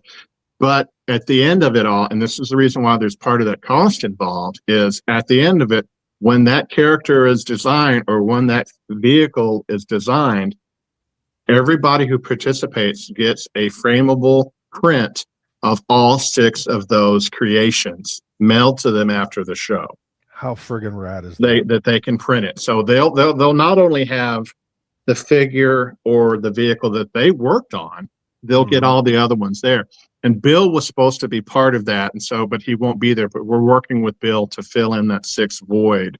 Yeah. But originally, we had the deadline for this was going to be on the 15th, but we decided let's go ahead and extend it until, what do we say, Dan? Was it Wednesday or the 20th? 20th. 20th. So the 20th. So we've extended it. So yeah. So, and if people want to go to the website, if you go to the schedule, it'll show and go into detail about what it is. But the basic gist of it is you figure out your criteria, you get paired up with a particular artist with another group, you know, some other people, and you work as a group to create your own character. It's not like you're creating Snake Eyes, you're creating Leatherneck, you're creating your own character, and you will get a print of that character when it's done. Not well after the show, about, you know, probably 3 to 4 weeks, you know, to get them printed and everything like that, and we'll mail them back to you, and they'll be frame-worthy 8.5 by 11 prints, you know, either semi-gloss or gloss stock, and do it like that. So it's one of those things. It's like, hey, what can I do at nighttime? This is a great one because it's Saturday night. Yep. Your swap meet starts at 7. It ends at 9. So if you want to do the swap meet, you can hang out and do the swap meet for an hour, and you can head over downstairs at 8 o'clock and start doing that. And it's just, the fan experience alone is phenomenal. I mean, you know, and Dan didn't mention it, but some of the other guys probably be there hanging out. When I went a couple of years ago, I just started with Kurt Groen, and we just chatted, and Kurt was drawing sketches while everybody else was working with the other guys. So to me, it's a once in a lifetime experience, and I think it's well worth the investment. I've seen people charge $100 just to go, you know, build something with, you know, somebody, you know, you're working with the guys who actually did the stuff, you know. Right. Yeah, so. And Jim Largo says DFW G.I. Joe show is one of the few events that still honors the history of G.I. Joe. Agreed. Right. Absolutely agreed. And yes, Junkian, we leave all the whiny Hasbros at Joe Fest. Yeah. Mark Pennington, and I'll say this, you know, if you're willing to wait 8 weeks for a fridge, you can wait a month for your prints. But yeah. Mark Pennington, again, designer of Storm Shadows, as you can see, version 2, version 3 Snake Eyes. Mark's awesome. Actually, I'll give Mark some credit towards that idea because Mark had shared out, kind of an idea later in the game. And I'm like, panel's already been slotted. We already got everything going. And, and he's like, oh, I was thinking, having people watch him drawn, have it on a board or on a screen and stuff. And then I was like, I don't think we're gonna be able to do that right now, but that may be something we look down the road towards. But that's when I kind of got the idea of like, what if Greg, I called him that day, is like, what about this? What if we moved away from the build a vehicle and did something like this? Because I mean, when else are you? Because here's the thing, guys, we don't know who's going to be at a future show. Number one, right. Who's going to be able to travel in the future. I mean, Rod, like you said, he doesn't want to travel anymore. We don't know what these guys are going to be wanting to do down the road or able to do down the road. We don't know what the future holds. Yeah, I mean, it's like Kurt Bazigian. Kirk had this, he's not doing the show this year, and he was like, hey, listen, I have an opportunity to go to Grand Canyon with my wife, and they had some family obligations that that they hold responsible for caretaking of some of their family members. And he was like, I could either do one or the other. And I was like, again, dude, Kirk, and he goes, but I definitely want to come next year. And I'm like, hey, that's cool. Yeah. But Dan brings up a really good point, and it's something that I've talked about before. When I went to Brian Savage's shows, he had Petrucci and he had Don Levine and all those other guys that were like, the godfathers of 1964 G.I. Joe. And I never thought, I was so busy trying to sell and be a vendor, and I was always like, well, I'll just catch them the next time. Well, the next time, by the time I got around to it, they were gone. Yeah. And I'm not trying to be morbid or anything, but these guys aren't getting any younger. And, I kind of think of them when we bring them to the show. I kind of think of it kind of like the band of brothers, Ambrose's book. You want to listen to these guys and have them talk and just listen to them, talk about their war stories and stuff like that. Because, thank God for people like Dan who have created books that kind of preserve that legacy. But nothing compares. I mean, we've all three of us here, we've all gotten to experience sitting down with these guys and just listening to them. Yeah. And you just can't compare. Speaking of which, this guy right here, Guy Cassidy, like, if anybody's coming to the DFW G.I. Joe show and you've never met Guy Cassidy, please, please, please walk up and just start talking to him about some of the toys that he's designed. He's like a savant, man. Like Guy, he has his own way of being, and he's just awesome. Guys like, Frank and that big heart, always, very, just such a nice guy. And he's very, philosophical, I'd say, in certain ways. And he's the king of the big vehicles. And, he also worked on Cobra Island. Worked, but Mobile Command Center, Rolling Thunder, I know the later vehicles, but those are some of my favorites as a kid. Those are the ones. They're amazing. Those are the ones my parents could get me at that point. They weren't able to afford some of the earlier stuff back in the day. So, I was fortunate enough to get some original artwork of his stuff, for those vehicles. And to this day, they're some of my favorites. I remember telling my mom when she was here, how excited I was. I'm like, remember that vehicle, this? And, she kind of briefly, like, look at this cool artwork I got, from the original designer. So, great guy. And again, like it says there, Cassidy's,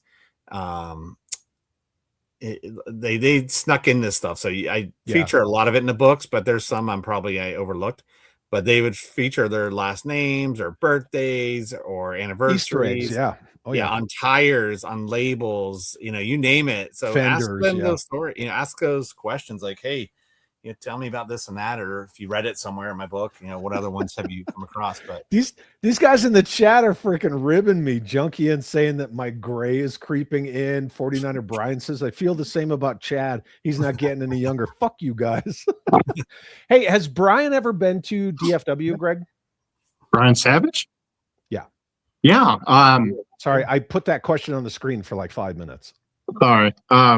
Yeah, in fact, he was the person who ran the You Don't Know Joe Trivia Challenge last year, because he had it back when he was doing his show. He had a different name for it, and he had everything on an old Macintosh. And I was trying to get him to get the questions downloaded and yada, yada, yada. And so he ended up bringing his old Macintosh with the original stuff on it to the event last year. That's And like you trying to get ready for this stream on your phone, and Dan and I are laughing at you. huh? Yeah. Hey, You heard me. I'm the one who usually has tech issues, so it's nice to be someone else. Both of you guys.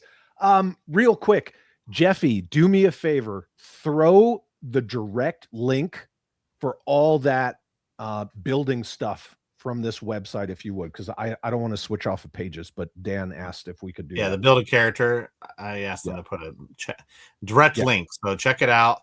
I mean, we'd love to have as many people as we can, because to me, it's again going back to that real quick. You know, when are you going to be able to work as a team with the designers? And then again, like Greg mentioned, the marketer's going to be walking around. You know, I joked with some of them. I'm like, yeah, you can go critique stuff. Like, I'm not gonna do that to these guys now. You know, he's working on it right now. No worries. But it should be a lot of fun because everybody's going to be down there. You know, they'll all be hanging around, and you know, I know Greg and Dave are not doing anything, you know, design wise, but they're going to have a lot of input. I guarantee you they'll walk around giving some ideas as well. So it's going to be like the VIP lounge. Yeah, exactly. Action Joe Figs. That's the best part, man. Is just seeing people in person. That's the best part. And then we got Vinny coming, and Vinny was a big part of Kirk's, you know, attack him on all fronts kind of approach with the 90s Joe stuff. So he'll be heavily involved. Shit, because he was supposed to come on Neon at Night, and then we never got the scheduling fixed. Well, you can give him shit in person. I mean, he's going to be heavily involved in that subgroup too.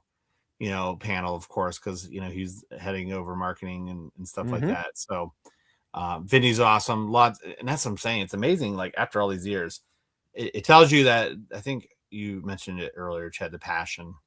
Boom. Thank you, Jeff. For anybody who wants it, there's the schedule for the build a thing. Build a figure, build a vehicle.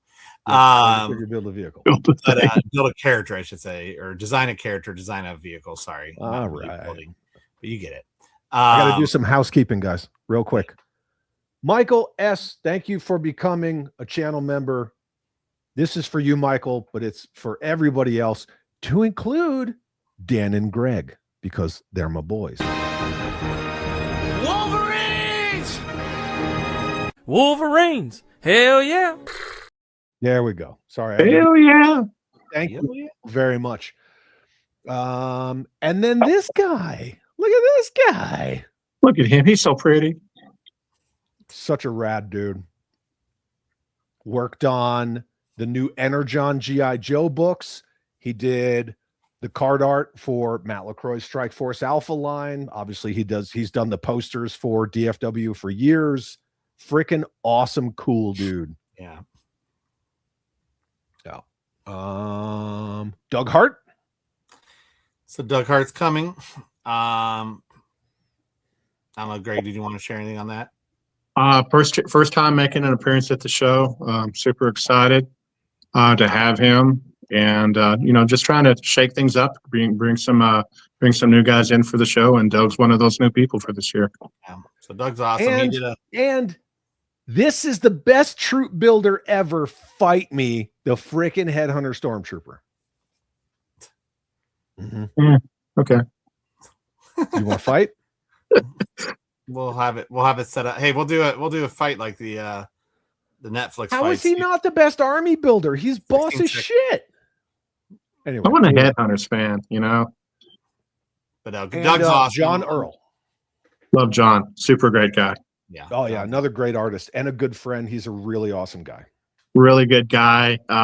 We had I'm trying to remember if it was last year where I was there was one person, I think it was John. I was literally at the last minute we finally got him in, and had him back this year, and love having him back. So super great guy, super friendly, very diverse. He did one of my favorite prints ever, and it's the freaking Cobra Commander Dio Holy Diver mashup. Wow. And I love that print. I have it framed. It's so freaking awesome. But John is another fantastic artist. Last year he brought his son. You know, they went from Joe Fest to DFW. They made like a whole 2-week thing out of it. Totally freaking awesome guy, man. Yeah. Yeah. Bill Ratner. What's really cool about Bill, and I have to put it together, have to put it as Bill and Mary, because they're kind of like a combo thing. They have been so involved in promoting the show. She cut a video promo on our YouTube channel. And he cut a video promo, and then they cut a video promo, both of them together, just kind of doing, it was almost like they were doing a podcast. Yeah. And super friendly. I mean, I hate saying it over and over and over again, but everybody that's a guest at these shows, they're so super friendly and down to earth. And she was like talking to my favorite aunt or whatever. So, and his voice is still as crisp as ever, and so is hers. And so I'm really excited to have them this year. This will be the first time they make an appearance at our show. I want to get him just to do even an audio plug, but I want him to get him to go. First comes Hawk, then Duke, then me, then Chad. That's what I want to get him to do. He's still got that voice, man. Oh, I know he does. And she is totally awesome. She is absolutely sweet. Just like the actress who played Jill Valentine in Resident Evil, like super sweet, down to earth. Same with Lisa Raggio. Like, she loves it. Yeah. Lisa's a hoot. Lisa's a hoot. She's great. Yeah. Yeah. Greg? I have known Greg Ator for years. He was I got to know him from going to Brian Savage's show. He was the one who always showed up in a purple dress suit, and very colorful guy. Worked at Kenner, worked at Hasbro. I wanted to bring him on board to continue, because we our show isn't just, like you said, the Lord scale. It's also 12-inch, and he was very heavily involved with the classified series of not classified, but God bless, classic collection. Classic. Yeah. And so we had Daryl DePriest, who did a couple years ago. He did Adventure Team. Last year was Ace Allgood, dealing with vintage 12-inch. And so we wanted to bring Greg on board to talk about more of the classic collection, because the only other person that really had any knowledge that was kind of in the same vein was Kurt Groen, who worked on classic, and he also worked on, I think, Hall of Fame. So he's another new guest that we're having on the show. Great panels, great person, hilarious to talk to, super funny. I mean, the guy walked, like I said, he'll probably on Sunday he'll be walking around in his purple suit, but really down to earth, and just to bring a little bit of G.I. Joe diversity to the show. So, Action Joe Figs, I got to say, you're absolutely correct. 1/6 scale or 12-inch is the OG scale. It will always be the OG scale. 1/18 scale is the Lord scale, as in world building. It's still thriving, etc. But yeah, you have to give credit and respect. You got to give credit. I mean, you got to give credit to the 1964 guys. That's Cause. He's a friend of mine. But Greg, he worked on this Conquest of Cobra Mountain playset, which was also the arena playset for Star Wars Episode 2: Attack of the Clones. Yep. Yeah. He was Greg. Because if you own Conquest of Cobra Mountain, you can see a battle droid in the mold. Greg was extremely talented in repurposing stuff and reusing it for different things and this and that. I mean, his mind worked in a totally different way. And so I'd like to know about that, because you have some what were they, battle androids or something like that were what were those, the Geonosis droids? You see their remains on the floor. Yeah, they're on the floor inside the they're playset. they're molded. Yeah. Mm-hmm. And then we got Josh Egbeen from After Action Report. Josh is a freaking awesome dude. Yeah. Totally different than what I expected. He was. He is a bro. I fucking love Josh. He was. Yeah, I mean, he was killing me. And he was talking to me about stuff, and I was like, "You are not He's what like I expected." the dude. Yeah, Josh he like is the dude. Yeah. We got need the other day. Because he needs to come out with a hotel robe, walking around the floor. there you go. Yeah, he absolutely does. Yeah, I told him I was no Flint was definitely a warrant officer. Yep. Let's see. Title sponsor, Cotswold Collectibles. You did scroll past someone I want to make mention of. Who? Ron Rudat. Oh God! Don't Oh forget yeah, Ron. well, like we were just chatting, man. I'm trying to get through a No, you're whole fine. bunch of shit. You're so. fine. I just want to throw it out there. You were talking about legend. Yeah. So Ron Rudat will be there. You know, The Ron and man. Jay will be there. Yeah. I mean, he's going to be selling a lot of prints who Chad is sponsoring. So He still charged me for a signature though. tell him you sponsor Yeah. him. Maybe he'll give you a break. My but fucking no, face Ron- was right next to him. I was Ron's like, awesome. you know what? Never I mind. mean, I'll pay for it. You It's know, fine. anybody who knows Ron and Jenny, you know, they're kind of a pair and they're a hoot. And so I just want to give Ron a shout out. You're kind of going, and I know why, but no. Ron is totally awesome. His wife is as amazing as he is, and their son's cool too. But the Rudats, they're definitely royalty for G. And they've been coming. He was one of the first guests we ever had at our show years and years ago, because we had him one year and we had Larry Hama one year, and then 2020 happened, and because we were supposed to have Kurt Groen and Greg Burnson, and then of course with COVID we didn't get to have anybody. And when we had him come back, it was really awesome, because it was like they've never been gone. So they're practically family. They love coming to the show. We love having them. And you can get down there with Jenny. You can talk for hours to Jenny. Yeah. She's a hoot. Oh, when Ginny saw Mandy's Cobra logo in her sleeve, she was like, "Let me get a picture of that." You know, I want to keep that. Yeah, they're totally awesome people, and yes, absolutely, 100% real American hero royalty. I didn't mean to scroll past them. We were just, I know we were trying to. I just want to throw it out there and just. Yeah, we're just trying to get it on. You're getting excited about guys, so you're moving. Yeah, well, because guys, guys. No, I'm just saying. I just like, wait, hold on. But I thought you were going back. All of these guys are awesome. Yeah. It's like, for anyone who's ever met any of them, they're like, oh, this guy's fantastic, and this one's awesome, and this one and that one. Like they're just 100% fantastic people. Yeah. I am gonna not talk to Larry Hama because I promised Greg I wouldn't start a scene. So I'm gonna not engage Larry Hama this year. Be nice. I'll be nice. I'll be nice by not engaging Larry Hama this year. Title sponsors: Cotswold Collectibles, courtesy of Greg Brown. Here's the link to Cotswold Collectibles. Go get your dollies from Cotswold Collectibles. Yeah. Get your core, baby.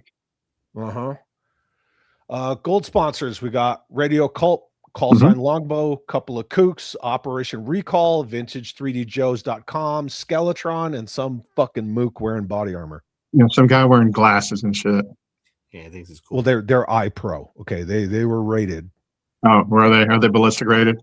Yeah, 100%. Anyway, so yeah, that's yours truly right there. So you got the Skeletron guys coming this year. You have a bunch of new vendors coming. You know, what's crazy is we've slowly been building this following, and we've been having people contacting us. You know, Savage Crucible contacted us like a week after the show, and they're like, "Hey, we've been hearing really good things. We want to do the show." And I was like, "Cool beans, man." I mean, it's a G.I. Joe kind of related show. And they're like, "Yeah, we're cool about it." Everybody kind of, I mean, hell, I grew up with G.I. Joe and Star Wars and Master of the Universe. So they contacted us, and then Ben and I started talking, and then I started talking to Ken Poe. And we actually started talking last year. But because of our show was in such close proximity to Ed's show, they couldn't do both shows. So they sent some product over with Longbow, and I forget who. I think Todd Henderson had some of the Delta 17 stuff there. And so then this year they're like, "Hey, we want to actually have a presence at the show." And we're like, "Heck yeah!" So Ben got. I don't think Ben will be at the show, but they got a double booth at the show. And we're super excited because they've been cranking out some really cool stuff. So, look, I'm excited to see Raging Spoon, because anybody who makes customs knows Raging Spoon stuff. And they're in our neighborhood. I've always been surprised that they've never. I've seen Paul come from time to time to the shows, because we've been doing the show forever. But I was always surprised that they never came, and then finally we got it locked in to where they're going to come. I wish they had more product, but the product they're bringing, I think, is pretty darn cool. So, oh yeah, the kits that he offers are freaking awesome. Yeah, those upgrades. Destro's Toy Den always kills it. Yeah. If you own Joe vehicles and you're missing parts, Destro's Toy Den brings bins and bins of beater vehicles. If you want to just get parts, it's got all the awesome I can stuff. tell you from personal experience with Todd, we have a customer. I have a customer that buys a lot of product from us from Cotswold Collectibles, and he contacted me one day, and he lives in like I don't know if he's in Southern NorCal or Southern not Northern California. I'm sorry, my bad. North Carolina. Former Army Master Sergeant, something like that. And he retired, but he had 2 boys, and so he had 2 of everything of G.I. Joe Real American Hero. Ooh. And he was like, "Listen, I'm looking to unload it, but I want to load all of it." So I called Todd up, and then after a few months, Todd finally got it all figured out, and he's bringing a bunch of this stuff to the show, a bunch of the stuff. And so I think he brought a little bit of it to Toylanta, but he's bringing it to our show. So, and not to be left out, Scott Day is a really good friend of mine, Day and Night Collectibles. He's right across from Todd. So if you could probably go back and forth between Todd and Scott just for 3 3/4 inch stuff. And if you can't find it at their 2 booths, you're not looking hard enough, you know? But I mean, you got a lot of awesome vendors. I mean, 12-inch, 6-inch, 1/18 scale, either 3 3/4 or actually 4 inches. I mean, you got heavy armor, you got all the stuff that you're bringing from Cotswold, Day and Night, Raging Spoon, like all of these companies, Chicken Fried Toys, they make they make that awesome First Sergeant Bell figure, which is like an homage to Michael Bell, aka the voice of Duke, but you know, he's wearing like a brown round, and he's a freaking awesome figure. All of these companies that you're bringing are just awesome. Obviously Mikey's coming back with more of his customs, call sign Longbow, which is awesome shit. You got Mr. Vala and the behind the scenes guy coming back, and they're bringing their exclusive. Plus he's doing a panel with a whole bunch of reveals for 1944, etc., etc. And his panel last year freaking killed it. The first year that he did the show, when we did it at Grapevine, it was standing room only when he did his preview panel for 2020. What was that? 2024. And then, so we always schedule 25. Yeah. And so we schedule them on Sundays. I think we're scheduling this time for 12:30 like we did last year.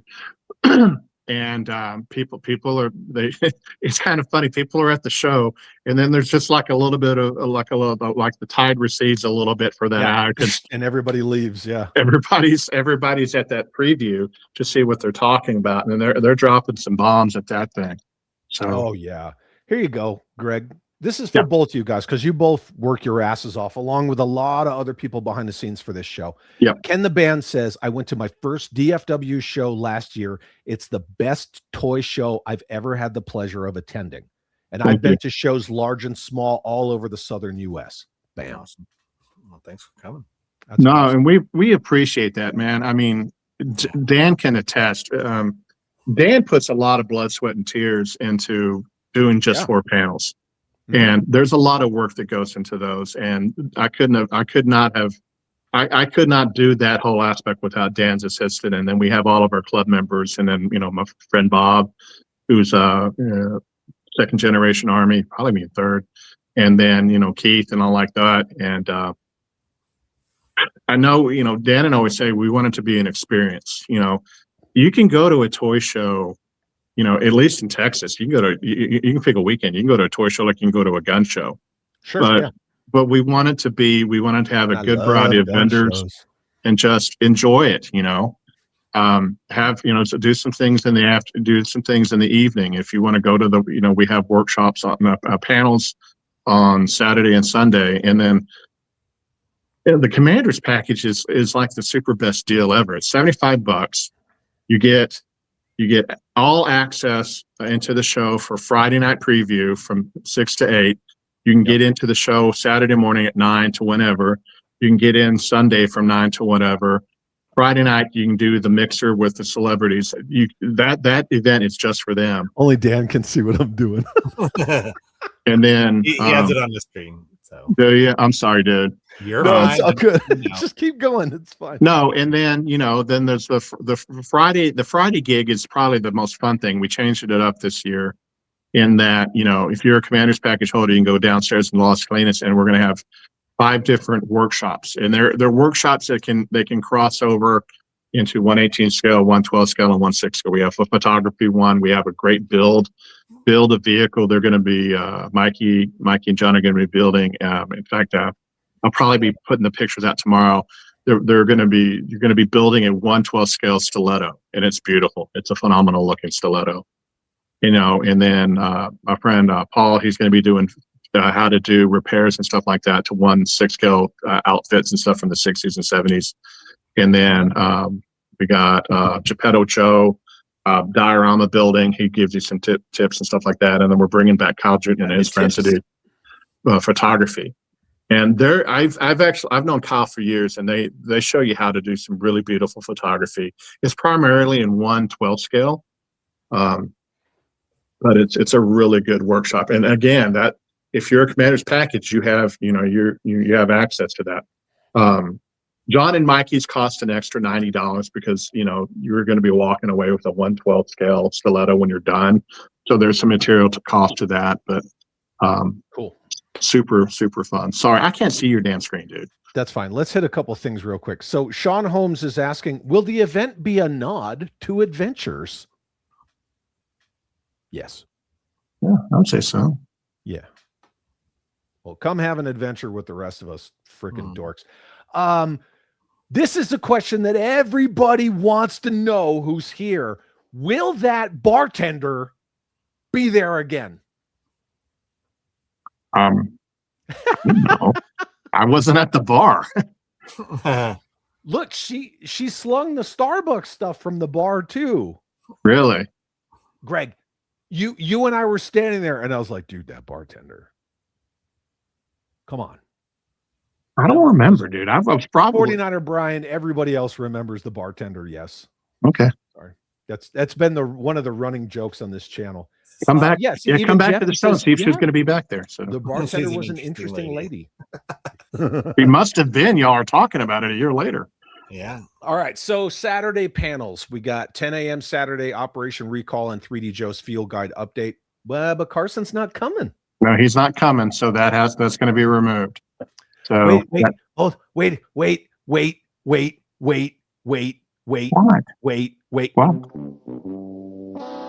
Jesus Christ, dude. We got hammered last week. You can ask Dan. The same day I found out about Carson having to back out was the same day I got Bill contacted me. And I was like, damn. Dude, Marco, you're our kind of people too, man. Yeah, no Carson. Well, because I found out and then I texted you. Yeah. I tried to back out the same day, but he wouldn't let me. I'll kill you, Dan. No, he's still a sponsor for the show. He's sponsoring Doug Hart's appearance. But he had to back out. So the panels on Saturday won't start till 11. 11 o'clock. You have Repaint Revolution, the hidden history of G.I. Joe subgroups. I can't wait for that one. That'll be a good one. Yep. But see, that's a perfect place to include Sergeant Savage because 18 figures and only 7 characters. You want to talk about repaint? Shit, that whole line was repaint. 12:30. You have get Chad the 10 o'clock slot. We need a PowerPoint by tomorrow. Yeah. Savage and a presentation. I got a PowerPoint now. I just did a 3-hour stream about it last night. I just rated yojo.com. Hey, you know what? Maybe Greg no. Nobody wants to see me in person for an hour. No. 12:30 is the G.I. Joe animated series table read, which is awesome. Yep. We already talked about that. And then this was my bone to fucking pick with you. 2 p.m. on Saturday, Neon Ninjas and New Ideas reinventing G.I. Joe for the 90s. Sounds like somebody ripped off somebody else's Neon at Night idea, and he wasn't even invited. Yeah, you could blame GPT for that one. Okay. 3:30 is the Winding Wild Ride of the G.I. Joe Classic Collection. That one's going to be awesome. Speaking of 12-inch stuff, right? Yep. Mm-hmm. That'll be Greg. Nobody wants pre-Chad coffee. You mean pre-coffee Chad? My name is Chad. Joe Fig says, I would love for Bob Breakin. You know what? We Calico tried to to bring show up. Bob into the show. We wanted Bob to be our special guest for 2026, but we just couldn't get it going. And then there was another guy that worked on Action Man that we had a relationship or as a kind of a, 7 degrees of Kevin Bacon because they knew Troy and John Kukovich. They knew Troy McKee and John Kukovich. He had done some design work, but we couldn't get him either. That was a thing we just kept working on, and it was just like I think Bob had done. I think he'd done Ed Show last year or something like that, and he was just like, these guys are getting older. They just don't like flying. I don't blame them. It's a 12-hour flight or whatever. Man. But yeah, we wanted to bring in Bob to celebrate it. I've met Bob. I went to a show in England, and I did a show at the Palatoy factory area. Oh, yeah. That's the thing, and I got to meet Bob, and he's the father of the Kung Fu grip hand. Yep. And so super nice guy, but we just weren't able to get him into the show. So Understood. And then Sunday panels, you got the Kukoviches at 10 a.m. Yep. What are they talking about? The hilarity that ensues when you are hanging out with John and Mikey. I will tell you this. I think from talking to John and Mikey, if you attend as a commander's package holder their workshop on Friday, and you go to that one, I think you will be getting the pilot that goes to the stiletto or accessories to make a 1/12 scale pilot for the stiletto if you attend that panel. But you have to be a commander's package holder that attended that workshop on Friday to get that at the panel. So Good to know. And then 11 a.m. you have Redo Mission, G.I. Joe Designers Revisit the Classics. Yep. Another one of those awesome panels. Yep. 12:30, of course, you have the panel that's going to clear out the show floor, which is Valaverse. I mean, he always packs that no matter where he goes. 1:30, G.I. Joe Boys Action Toy Direction. Who's on that panel? That's when I was talking about Dave, Kurt, and Greg. Awesome. So, talking about Be fantastic.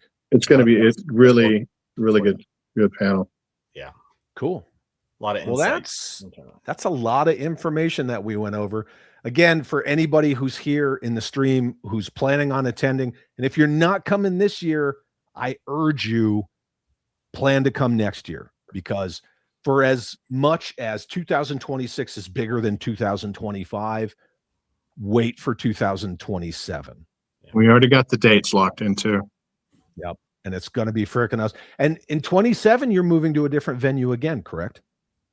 Maybe. We haven't released that yet. We'll just edit it out. Zip. Let's start that over again. Yeah, we're gonna back that up. Chad shouldn't say certain things. He's coming to Arizona. The show's moving to Arizona. Yeah, we're moving it to Arizona, folks. That's what I'm talking about. Dan knows because that'll be great for 120 Dan degrees. and me and Jeffy. Oh, who gives a shit? It was hot as hell when I went to Game On Expo 2 months ago. If you thought Dallas was hot as balls, wait till you come to Arizona. Yeah. Look, I love Dallas. Hey, I would love to have a show here. So that's me. But Yeah, look, I got to Not agree in with summer. 49er Brian that the place where it's at now is fantastic. Yeah. The airport Marriott is awesome. It's got that indoor and outdoor pool. It's got a gym. They got good coffee. They got that nice bartender. Just saying. Where we hold my swap has an open bar. So, Nice. it's good. That's the Crosswinds is a very interesting location because it's a bar right next to the other bar, but it's a private event bar. So And Jeff says everyone else is pussies. Arizona heat is not for the weak. It's true. It's definitely different. When they say it's a dry heat, I'm like, it's more like a dry heave. Yeah, man, but it's a dry heat. Anyway, so Awesome. everybody who's planning on attending, I urge you go to the website here. The link is in the description below. Make sure you're up to snuff on everything that's going on. Please come to my swap. Greg and Dan, I'm going to be bringing some raffle tickets, and I'm going to raffle off a few of my customs for free. Ooh. Yeah. Nice. I mean, they're not 1/12 scale figures but they're 1/18 scale vehicles. Hey. People like that.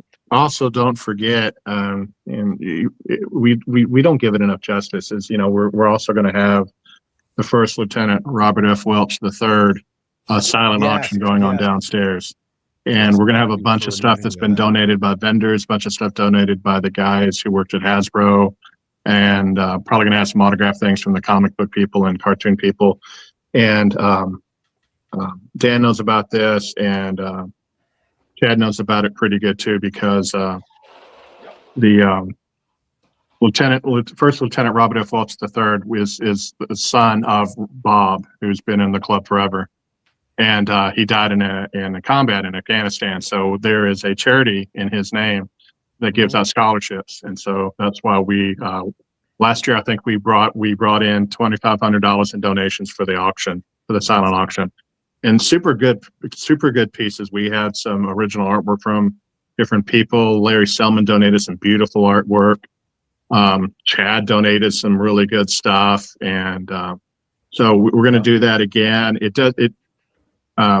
People don't pay attention to it, but it's something worthwhile, and it goes to a really good charity, and it's something dear to our hearts, because I watched Robbie grow up. He used to come to the meetings, and then he joined the U.S. Army and served his country and died for his country. So. And a lot of Joe fans are veterans because of G.I. Joe, and I think it's awesome that it's kind of all tied together. Thank you for bringing that up, because at the beginning of the show, I was telling myself in my head, don't forget to talk about the LT's silent auction. Yeah. Plus, I did donate some awesome shit from my personal collection last year, and I was more than happy to do that. But one of the things that I won was this shirt. Wow. Nice. You gonna wear it this year? I am gonna wear it this year. So this shirt, you guys made this shirt for Kirk, all of those guys. No, we didn't. One of the designers actually created it and handed it out a couple years back as a to all of those guys, right? Yeah, to the team. So it's and I had asked Greg, how do I get a hold of one of those shirts? And Greg says there's one down in the auction. Nice. If you want it, go bid on it. And I did. And a lot of us who are collectors who bid on things, we all have that sickness where it's like, oh, what's the highest bid? $15. I'm gonna bid $60. Right. So I won this and the hat. Nice. And you were going down there, and Todd Henderson was going down there, just back and forth. It was like this tandem thing that was going on. But it goes to a good cause. It goes to a phenomenal cause, and that's the thing about it. It's like almost every one of the Joe guys brought some stuff, and then I got that Vesco Storm Shadow. Mm-hmm. Yeah, I got killer shit. Yeah, and there's some really good stuff down there, autograph stuff, and just really good stuff. So, yeah, and we've reached out to everybody. Bobby's going to be donating some stuff. Cotswold will be donating some stuff. A lot of the vendors will be donating some stuff, and so it should be just as we want to beat $2,500. So that's what we're shooting for. We're going to shoot for at least $3,000. So I'm going to donate my personal never go full classified Sergeant Lincoln Osiris t-shirt, having not washed it. There. Just saying, that's going to bring in some bucks. Ken the Band said, I purchased artwork at the auction. It hangs in my living room. That's awesome. Yeah, there was, I can tell you, Larry Selman brought in some beautiful artwork, and then I think Greg Burnson donated some artwork from one of the guys who worked at Hasbro. Beautiful, I think it was was it naval ships, or was it like World War II Navy planes or something? Yeah, something around that. Yeah, and it was just some really beautiful artwork. I mean, Selman brought in one that I think it was like D-Day, and it was like a paratrooper landing in St. Mary Eglise or whatever. It was just really good stuff. So. But yeah, check it out. And we're going to have a lot of signage and vendor and people when they commander's package holders, so they can look at their lanyard and they can see all the things on the schedule. And then we'll be handing out maps to where all the vendors are and where all the special guests are going to be and what else is all going on. And you guys can both attest. There's two stories. The main story on the main floor is the showroom and the foyer, and then the panel room. But if you go downstairs, that's where all the workshops and the custom figure and diorama contest is at. That's where the diorama stuff is freaking awesome too, especially and the 1/6 scale stuff. It's 1/6. One room is nothing but non-competition diorama. They're just so big, there's no way that they could compete. They would just totally squash everybody. But the other one is all scales. I mean, we have one. I've been talking to a friend of mine that I've known forever, and he's never entered a diorama contest or a custom whatever, and he's doing like a vamp and a stinger, and he was like, what do you think of this? I'm like, dude, bring it. Just have fun. Just put it out there, and it's all at the end of the day, it's all about having fun. I mean, So, and it's always really cool to see other people's work and get some ideas. Oh, I never thought about customizing my vehicle like that or customizing my figure, And so, it's just like I said, it's going and just having a good time and having a good experience. So, I think I'm going to donate a whole collection of issue number 1s, G.I. Joe Special Missions, Mask, just a whole bunch of number 1s to be like, here you go. Awesome. Well, guys, I have to run. I apologize, but Chad, thank you for having me on, and Greg, as always, it's always a pleasure. Absolutely, Dan. Thank you for being here. Greg and I we'll wrap it up. But all right, it's good to see you, my friend, and I'll see you in 2 weeks. All right, yeah, for sure. See you guys in a bit. Bye, Dan. Bye, Dan. Everybody say bye to Dan Klingensmith. Bye, Dan. Love you, Dan. See your fucking self out then. I love you, Dan. I love you, Dan. Okay, bye. Oh, I was just going to click remove. Anyway, so yeah, this is the show. I don't know what else we can say about it. It's just, it is a true honoring of everything G.I. Joe from the 60s to today. Yeah. And that's why I always love when you guys make these promos or posters or whatever, like you've got Joes from all eras. And thank you once again for sacking up and putting on a hooded Cobra Commander. Oh, is Hococo there? I didn't know he was there. Don't lie to me, Greg. You know he's there. Oh yeah, I put Hococo there. Yeah. Yeah, you got to have hooded Cobra Commander. Yeah. And you also put the best classified figure ever, which is that Cobra Island Major Blood. Yeah, he's you know what? I was always a fan of Major Blood. He was such a badass. He wasn't in blue. That was he the was best in figure that line ever made. Yeah. Yeah. But yeah, we get full props to all the scales and all the different genres, man. Snake Eyes version 1. Thank you very much for that. Yep.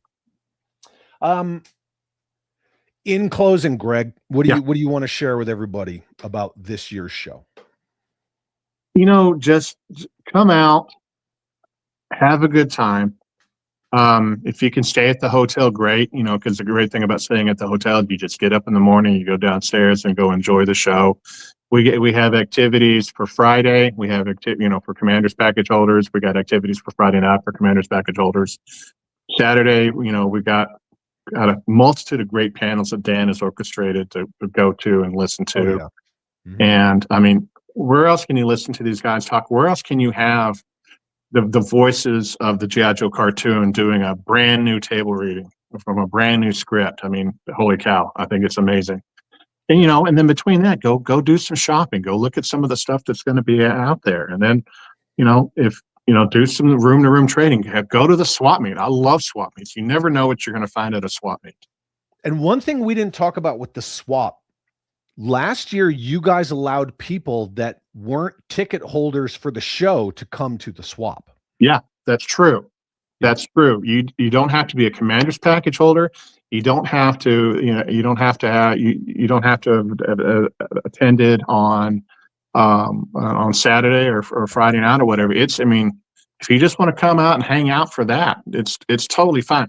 We do ask that whoever comes, just bring it in a tote or a box that you carry in. Yeah. We want everybody to have freaking floor display. Yeah, don't. I've been to shows where a guy set up an entire booth at one of the swap meets, and it totally killed the vibe for it. To me, the swap meet is so cool because you have everybody kind of coming in and bringing their stuff. And I'm not gonna lie, man. Years ago, we did a swap meet, and this guy came in with the Cobra Missile Command Center, where he put it together, took it apart, put it back in the box. He walked in with that. He walked in with like a Sky Striker and all these other things. Just walked in. And our jaws dropped when he brought in that stuff, you know?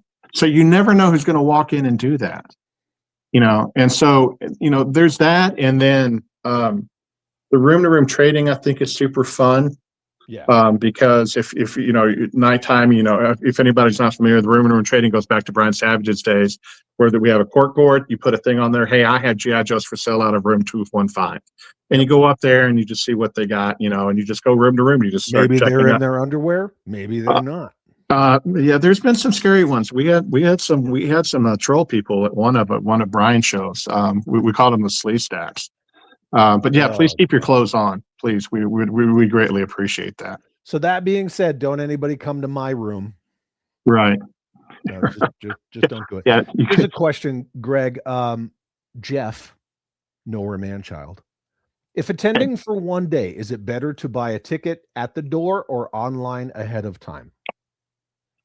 I would recommend, if you want to come from one day, you can come up and buy it right at the door for admission.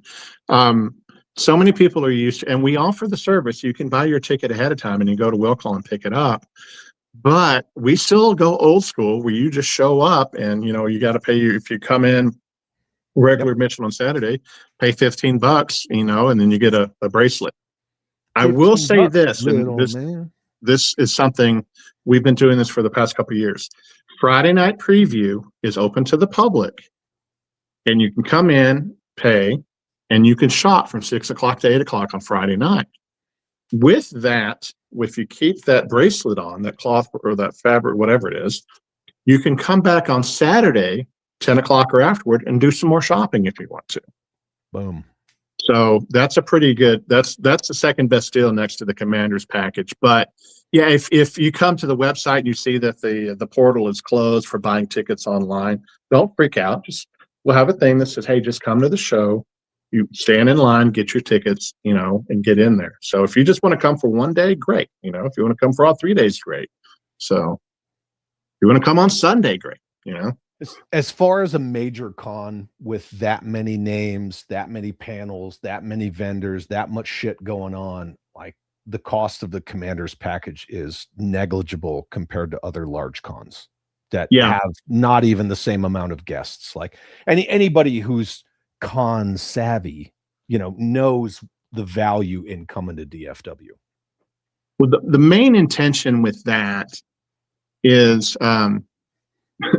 most of that money goes for the $75 goes to pay for the t-shirt, which I forgot to mention. You know, you get a t-shirt of your size choosing, which has the original artwork from George, you know, and every year has a theme. The first year, I forget what we did, but last year we did Navy, and then this year we're doing Action Man. So I have a question. Yeah. Do I get a t-shirt this year? Yeah, smart ass. You get a t-shirt this year. You're a sponsor. You remember when I texted you? You remember what you took care of? Well, we'll talk about it after. I'm just kidding. Smart ass. For anybody who's hanging out with us, Greg forgot to set a t-shirt aside for me last year, or somebody did, and I didn't get a shirt. And I was like, I'm on the fucking shirt. I don't get a shirt. You're getting a shirt. We did a special production run. I did get a shirt last year, though. Well, we're doing a special production run because Mikey wanted one and Jeff Butler wanted one. Jeff's a super great guy. Nowhere man child. But yeah, if you're for you. Since you're a sponsor, yeah, you're getting a shirt. And remember, I asked you and the man what your sizes were. You did. And a quote, Jeffy says, and I quote, "I'm on the fucking poster," said Chad. I did. It's true. I did say that. Yeah, I did. Yeah. It's true. You can take home the thank you sponsors poster at the end of the show. Ooh, can I? Yeah. Everybody heard it. You all heard it. I get to take the freaking poster home. I'm going to put it up in here. It's fine. It's got my logo bigger than everybody, so that's fine with me. As it should. As it should. How's things going with you and the Hiya Joes? How is that going? We got them in, and we took care of our customers, and we have Stalker, we have Spirit Iron Knife, we have Crimson Guard, And we have Torpedo still in stock.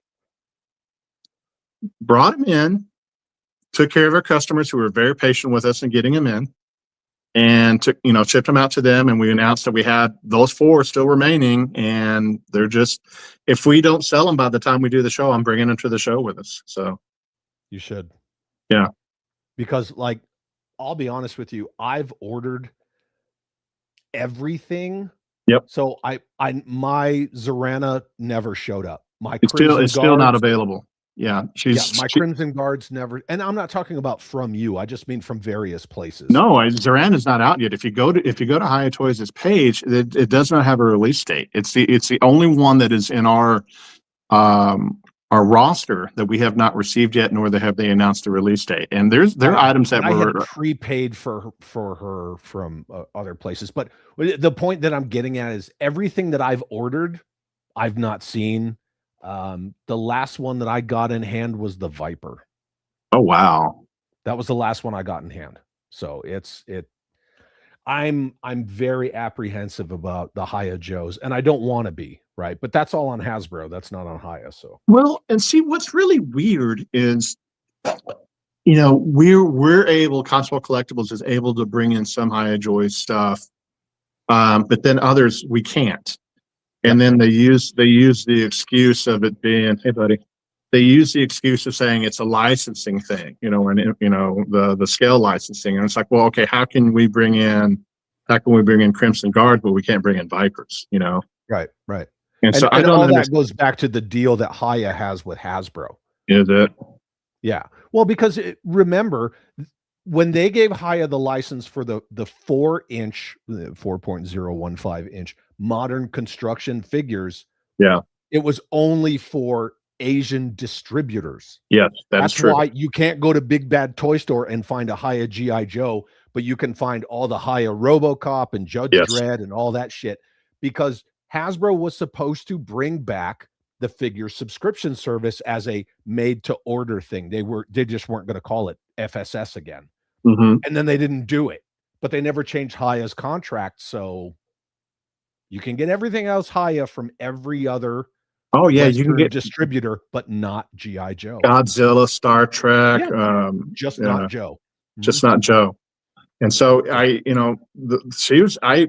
everyone that comes out, I contact our overseas distributor, and I was like, can we get these? No. Can we get these? No. Can we get these? No. Can we get these? And so Zorana was the last one that they told us yes. She's the last one we're waiting on. I mean, how long ago was she revealed by Hiya? Over a year ago. Yeah, over a year ago. Yeah. Oh, hi, HGC. How are you? HGC, did you get your mother effing box yet or not? Let me know. I sent him something awesome. I stopped myself from sharing that publicly. I don't know if he wants me to, but oh yes, he got it. Cool. Very cool. Well, Greg, I want to thank you for your time, my friend. It's been a while since you and I hung out on the stream and got to just shoot the shit. It's been a hot minute. I know we've been talking on the phone and texting with each other, but yeah, it's always fun to be on the show. Yeah. Next time I'll make sure I don't flip somebody off within the first 5 minutes of the show. That's okay. It's fine. You could do it again. It's fine. Do it again. That was for Dan. Dan and I are so fucking grumpy at each other right now because we're getting so close to the show that we've been working. It's like being two brothers, that are just tired and need to go take a nap.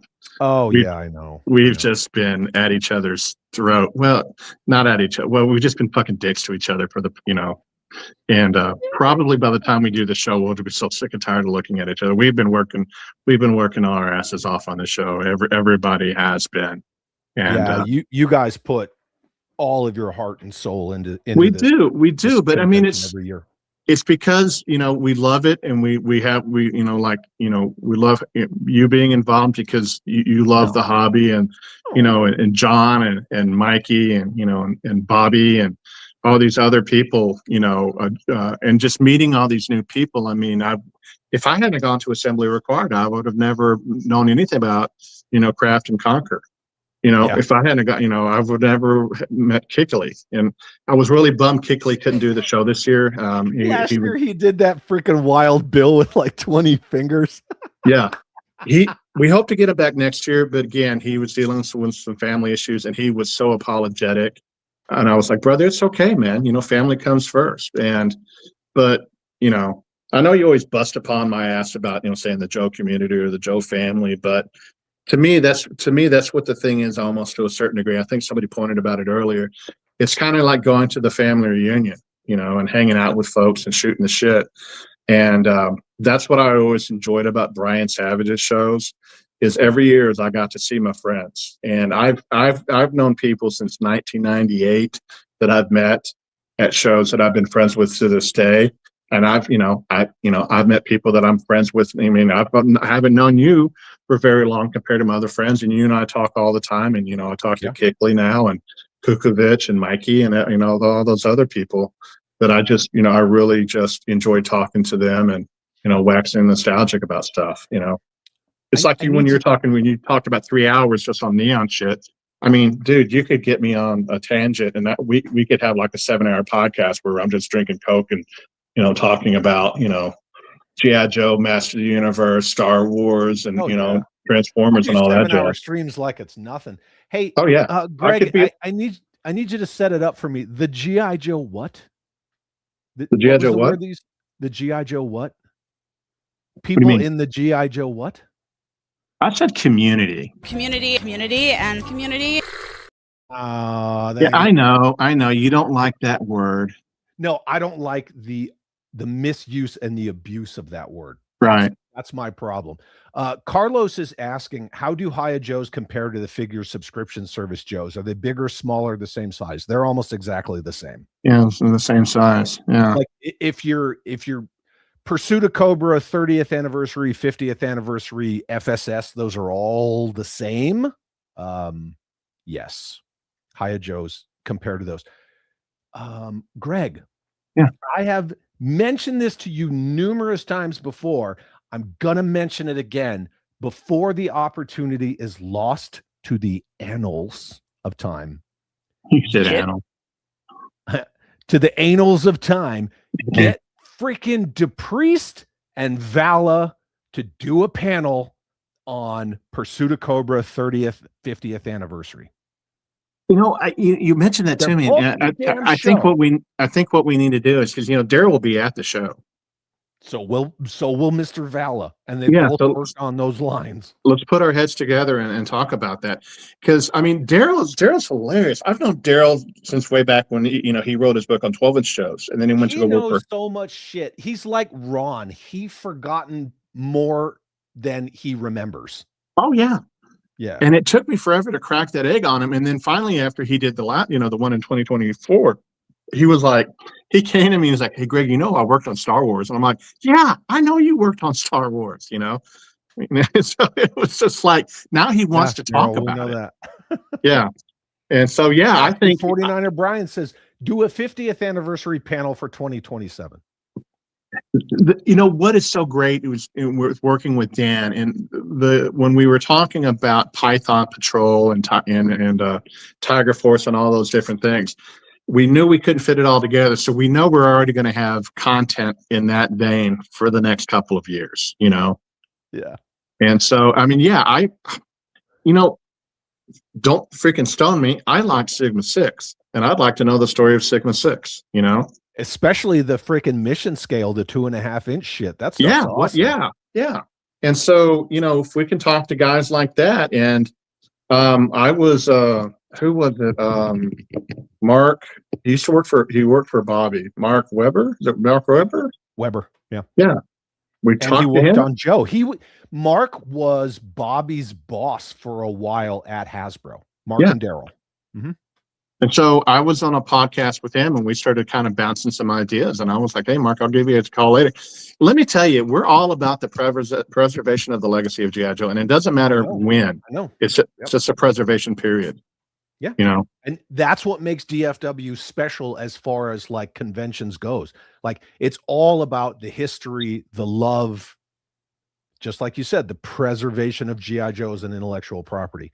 Yeah. I do have to remind you, Greg, the chat, specifically the Titan, said, I need to remind you of the importance of staying hydrated. I know you probably can't see it on the screen, but you should look real close because this person has a special message for you. Just checking in. Have you drank water today? Did you eat? Did you take your meds? Did you see it? Sadly, I have a friend of mine who is a female that talks just like that. That's not a female, dude. I know that's not a female, bro. But I'm saying I mean, her name's Jennifer. God, hopefully she's not watching it. She'll kill me. And she's like that. We're friends, and we'll go grab some lunch or whatever. And I'll get something in my beard or whatever. And she was like, "Hey," I'm like, "What?" She goes, "You get it off your beard." And I'm like, "Does it bother you?" She goes, "Yes, it really does bother me." So I'm like, Jesus Christ. She doesn't look like this, does she? Ay, mira, mira, mira, mira, mira, mira. No, thank God. No, doesn't. No, I don't like going to Bangkok for those whatever those guys are. Chad, how insensitive of you. Sorry, I had to do Gotcha, bitch. Where do you find these things? Look, my Instagram algorithm is nothing but nightmare fuel. Everybody here knows that it all comes from Instagram. And some people send me these reels and they're like, you need to make this a clip for your channel. And I'm like, okie dokie. I have a friend of mine, Jack Hall, who I've known forever, and he's been kicked off of Facebook so many times it's not even funny. But I send him all my content that I come across it. It's just like, really? I mean, I don't know. That guy has so many pictures of bundt cakes that look like buttholes. It's not even funny, Oh my Lord. Like blue waffles. Yeah. But see, people, they just throw things in the chat. I'm trying to find one. Can you read this? No. You can't read that? The goat something. Yeah. Have you seen the one that's a guy with a beard and he's dressed up and he starts singing like Shakira? You got that one? No. Oh, I gotta send you that one. Mm. It's like this guy's walking behind him and he thinks he's Shakira, and then the guy turns around and it's a guy with a beard and he's like, oh, he's singing just like Shakira. It's hilarious. Oh, good Lord. Yeah, it's funny as hell. I think I have a couple other things starred. Carlos Salina says, I plan on participating in the swap meet on Saturday evening, which is very awesome. Thank you. Awesome. Clint Allison. Yeah, I'm sure I said that right. Said, man, I can't wait to spend all my money on Classified Origins, Black Series, and Valaverse toys already. I'm so freaking tired of waiting for the 31st already. There you go. I'm last year my crowning, my grail was I got the Classified Snake Eyes, the original one, the OG one, the Commando version. I got it from Scott. I can't remember. And I'm trying to build the OG 13 group if they'll ever get freaking Flash and Grand Slam and done. But I'm looking. Yeah, they'll be out within the next year. They should crank them out. But I didn't get Clutch with Vance. So I'm looking for one that I don't want to be bent over for it. Last year at your show, Jeffy was looking for it, and somebody had one, and it was like $175 or $200 or something. See, in that time, that's that bullshit where they don't want to make money; they just want to put out a product and be like, "Well, we checked that box, fuck it," And but I don't understand is you still got all those black ones. What was the Cobra version? I keep saying about not Viper. What was the black version of the Vamp? What was that one called? The Stinger.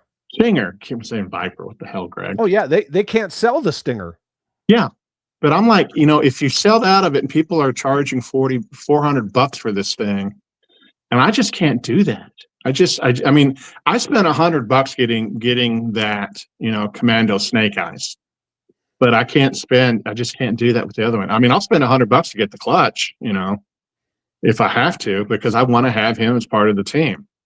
But I'm not going to spend $400. And every time I check eBay, it's like The price for Vamps with clutch are getting, is creeping up. They were trying to buy 7.62 ammo. It just keeps going higher and higher and higher. Yeah, I'd rather have the ammo than a dolly.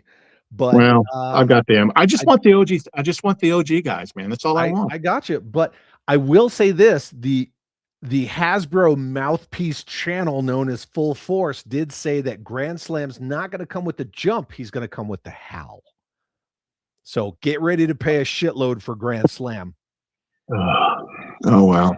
He's going to come with a towable. He's going to come with the HAL. And that's the other fucked up thing. You can't get the Vamp because they made it in such a short production number, but they're going to hostage pack Grand Slam with the HAL. If you don't have the Vamp, why the frick are you getting the towable just for the figure? See, that's that bullshit, Greg. I'm going to make a new That's That Bullshit reel at your show this year because I still have mine from San Diego Comic-Con from last year, but I need a new one. Yeah. The thinking behind it, I don't understand it.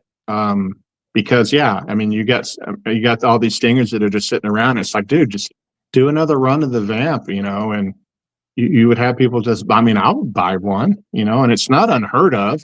Good God, how many times did, Hasbro did the 82 Joes and they did the 83 Joes. They just gave them, battle arm or whatever it was. Yeah, version 1.5. They just re-released them all. Yeah, just re-released them all, and all that jazz. So I don't know. I've never understood the thought process behind the development and the marketing of certain things. I just watched Analog Toys thing. Yes, I think it was yesterday. He put that out where he was talking about Mattel coming out with 4 different versions of the movie figures. Did you watch that?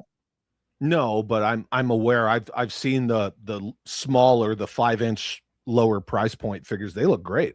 Yeah, that's what he was talking about. But yeah, it's it's but like Mattel still makes toys. Hasbro stopped making toys.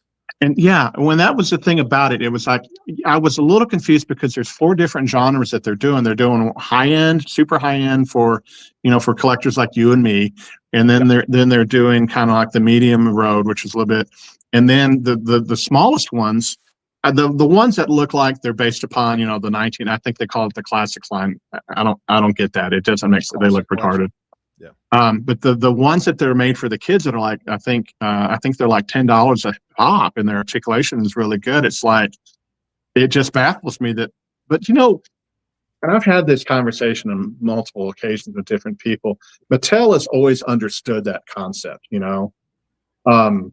because look at Barbie, Yep. They have successfully been able to carry Barbie in stores since its inception. Matchbox. But they have created Barbie to where it is still good for the girls, which is what they're originally intended for, as well as the adult collector, And I don't know why I don't know why Hasbro hasn't been able to achieve that. But I've got enough to pray over in my house, And so, and it's a bummer because I miss the days, bro, of going to Toys R Us and KB and all that stuff and looking for stuff. But it is what it is. But that's why, when we do our show, we like to bring in people that are super creative, like, David Merrick and Craft and Conquer. And absolutely. And I know Troy and John have been catching hell for the longbow, not getting out, on what they're hoping for. But I know once it comes out, it'll be nice.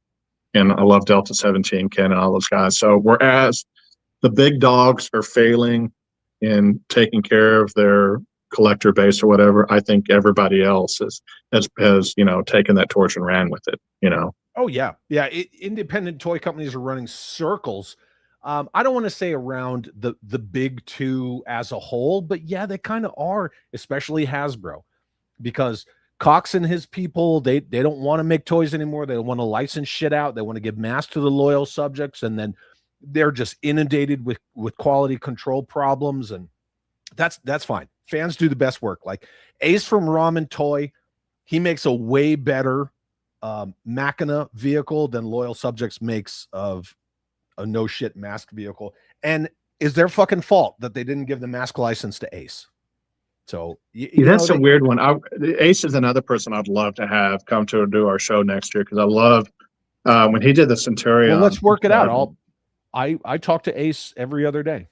Let's give him a holler, because I mean his Centurion's inspired line, loved it, man. Really cool stuff. Because it's like we've said, I've been to so many, panels and stuff like that discussing about the state of the hobby, and it's the same thing every year. It's like the fans are the ones who are keeping the torch alive and keeping everything interesting. And Star Wars, I'm still a Star Wars fan, Stan Solo type of stuff, Epic Woodcraft, all these other guys, that I've got so many. I'm a big sucker for Hoth, so I got a bunch of Hoth Rebel Commandos and stuff like that are made from different other manufacturers and painted from different people. They're kind of like LaCroix and them. And it's those people that are keeping the torch alive, and those are the ones I really enjoy having at the show, because they're Jeffy, just so throw it in unique. the chat. Huh? Sorry, Jeff, throw it in the chat and I'll put it up. Sorry. It's okay. Just Jeff has a message for you. He texted it to me, told me to tell you. Put it in the chat, Jeff. I'm talking to one of my moderators via text message to fucking, I'm just like, throw it in the chat, dude. Here you go. Look, you can't see it. Greg, Jeff and Jeff have you covered on a vamp and clutch. they got you. Okay. Cool. Yes. Yep. See, it's good to know people. Yep, 100%. Yeah, if you want to work on Ace for 2027, for sure, we can work that out. But you already got LaCroix's toys locked in, and between LaCroix's toys, Bobby from Lone Wolf Toys, and yours truly, there's going to be a serious exclusive for DFW 2020. And I'm excited about it. Dude, when you were like, "Hey, Matthew wants to talk to you," I was like, "Really?" Because I'd seen him at Ed shows. I'm not trying to throw shade on Joe Fest. I know that you're like Switzerland in this, but people are getting fucking sick of Joe Fest, and it is what it is. So, I you know me, bro. I know. I caught a lot of flack for all that stuff, and I just tried to stay clear of it. So I wish no ill will towards people. I only wish happiness and joy. Namaste. I used to be like that too, but no. I know. Not anymore. No. I'm on a lot of drugs. Whereas I love my wife when I go namaste. She goes, "Namaste right here," what she tells me. No, I'm gonna stay home. I'm gonna stay home. No, but yeah, LaCroix's Toys is a lock for 2027. That's awesome. So, I've never gotten a chance to talk to him. I've talked to Jason. I've known Jason for years, and but I never Schreiermeyer. Jason, though, he's dipping his toes into everything. But the guy's crazy. I like him. God, the guy makes me feel so small. You ever stood next to the guy? He's like a giant. Yeah. He's a fucking giant. I'm no spring chicken, man. I'm not a little dude. Well, I know, but he's like 7 foot. He's like Big Show or something. Well, it's like Masterson 42. Like, I'm a big dude. Masterson's bigger than me, Really? Oh, yeah. Yeah, I'm 6'2". I thought I was a big boy, but he dwarfs me, man. That's all right. He's like the big Kali or whatever. I'm gonna let you sign us out, but apparently Action Joe Figs wants the Bush Wookie again before we go. So we opened with this bitch here.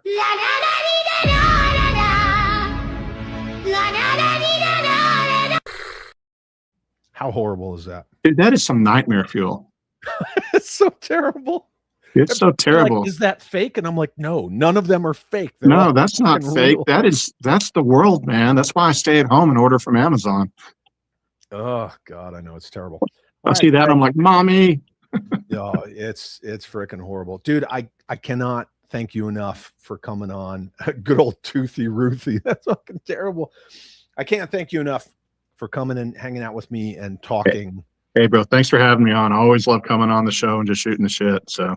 Oh yeah, you're the man, and I can't wait to see you in 2 weeks. Less than 2 weeks, bro. 2 weeks. When you coming? Are you coming in on Thursday? Or you coming in on Friday? Jeffy and I will be in on Thursday. Thursday. Okay. Yeah. I will be there. Are both of y'all staying at the hotel, or is Jeffy getting an Airbnb again? No, we're staying at the hotel. Staying at the hotel. Okay, cool. He had an Airbnb, and I was like, "Why are you getting an Airbnb?" And he goes, "Something." You know, I'm like, "Okay, fair enough." So.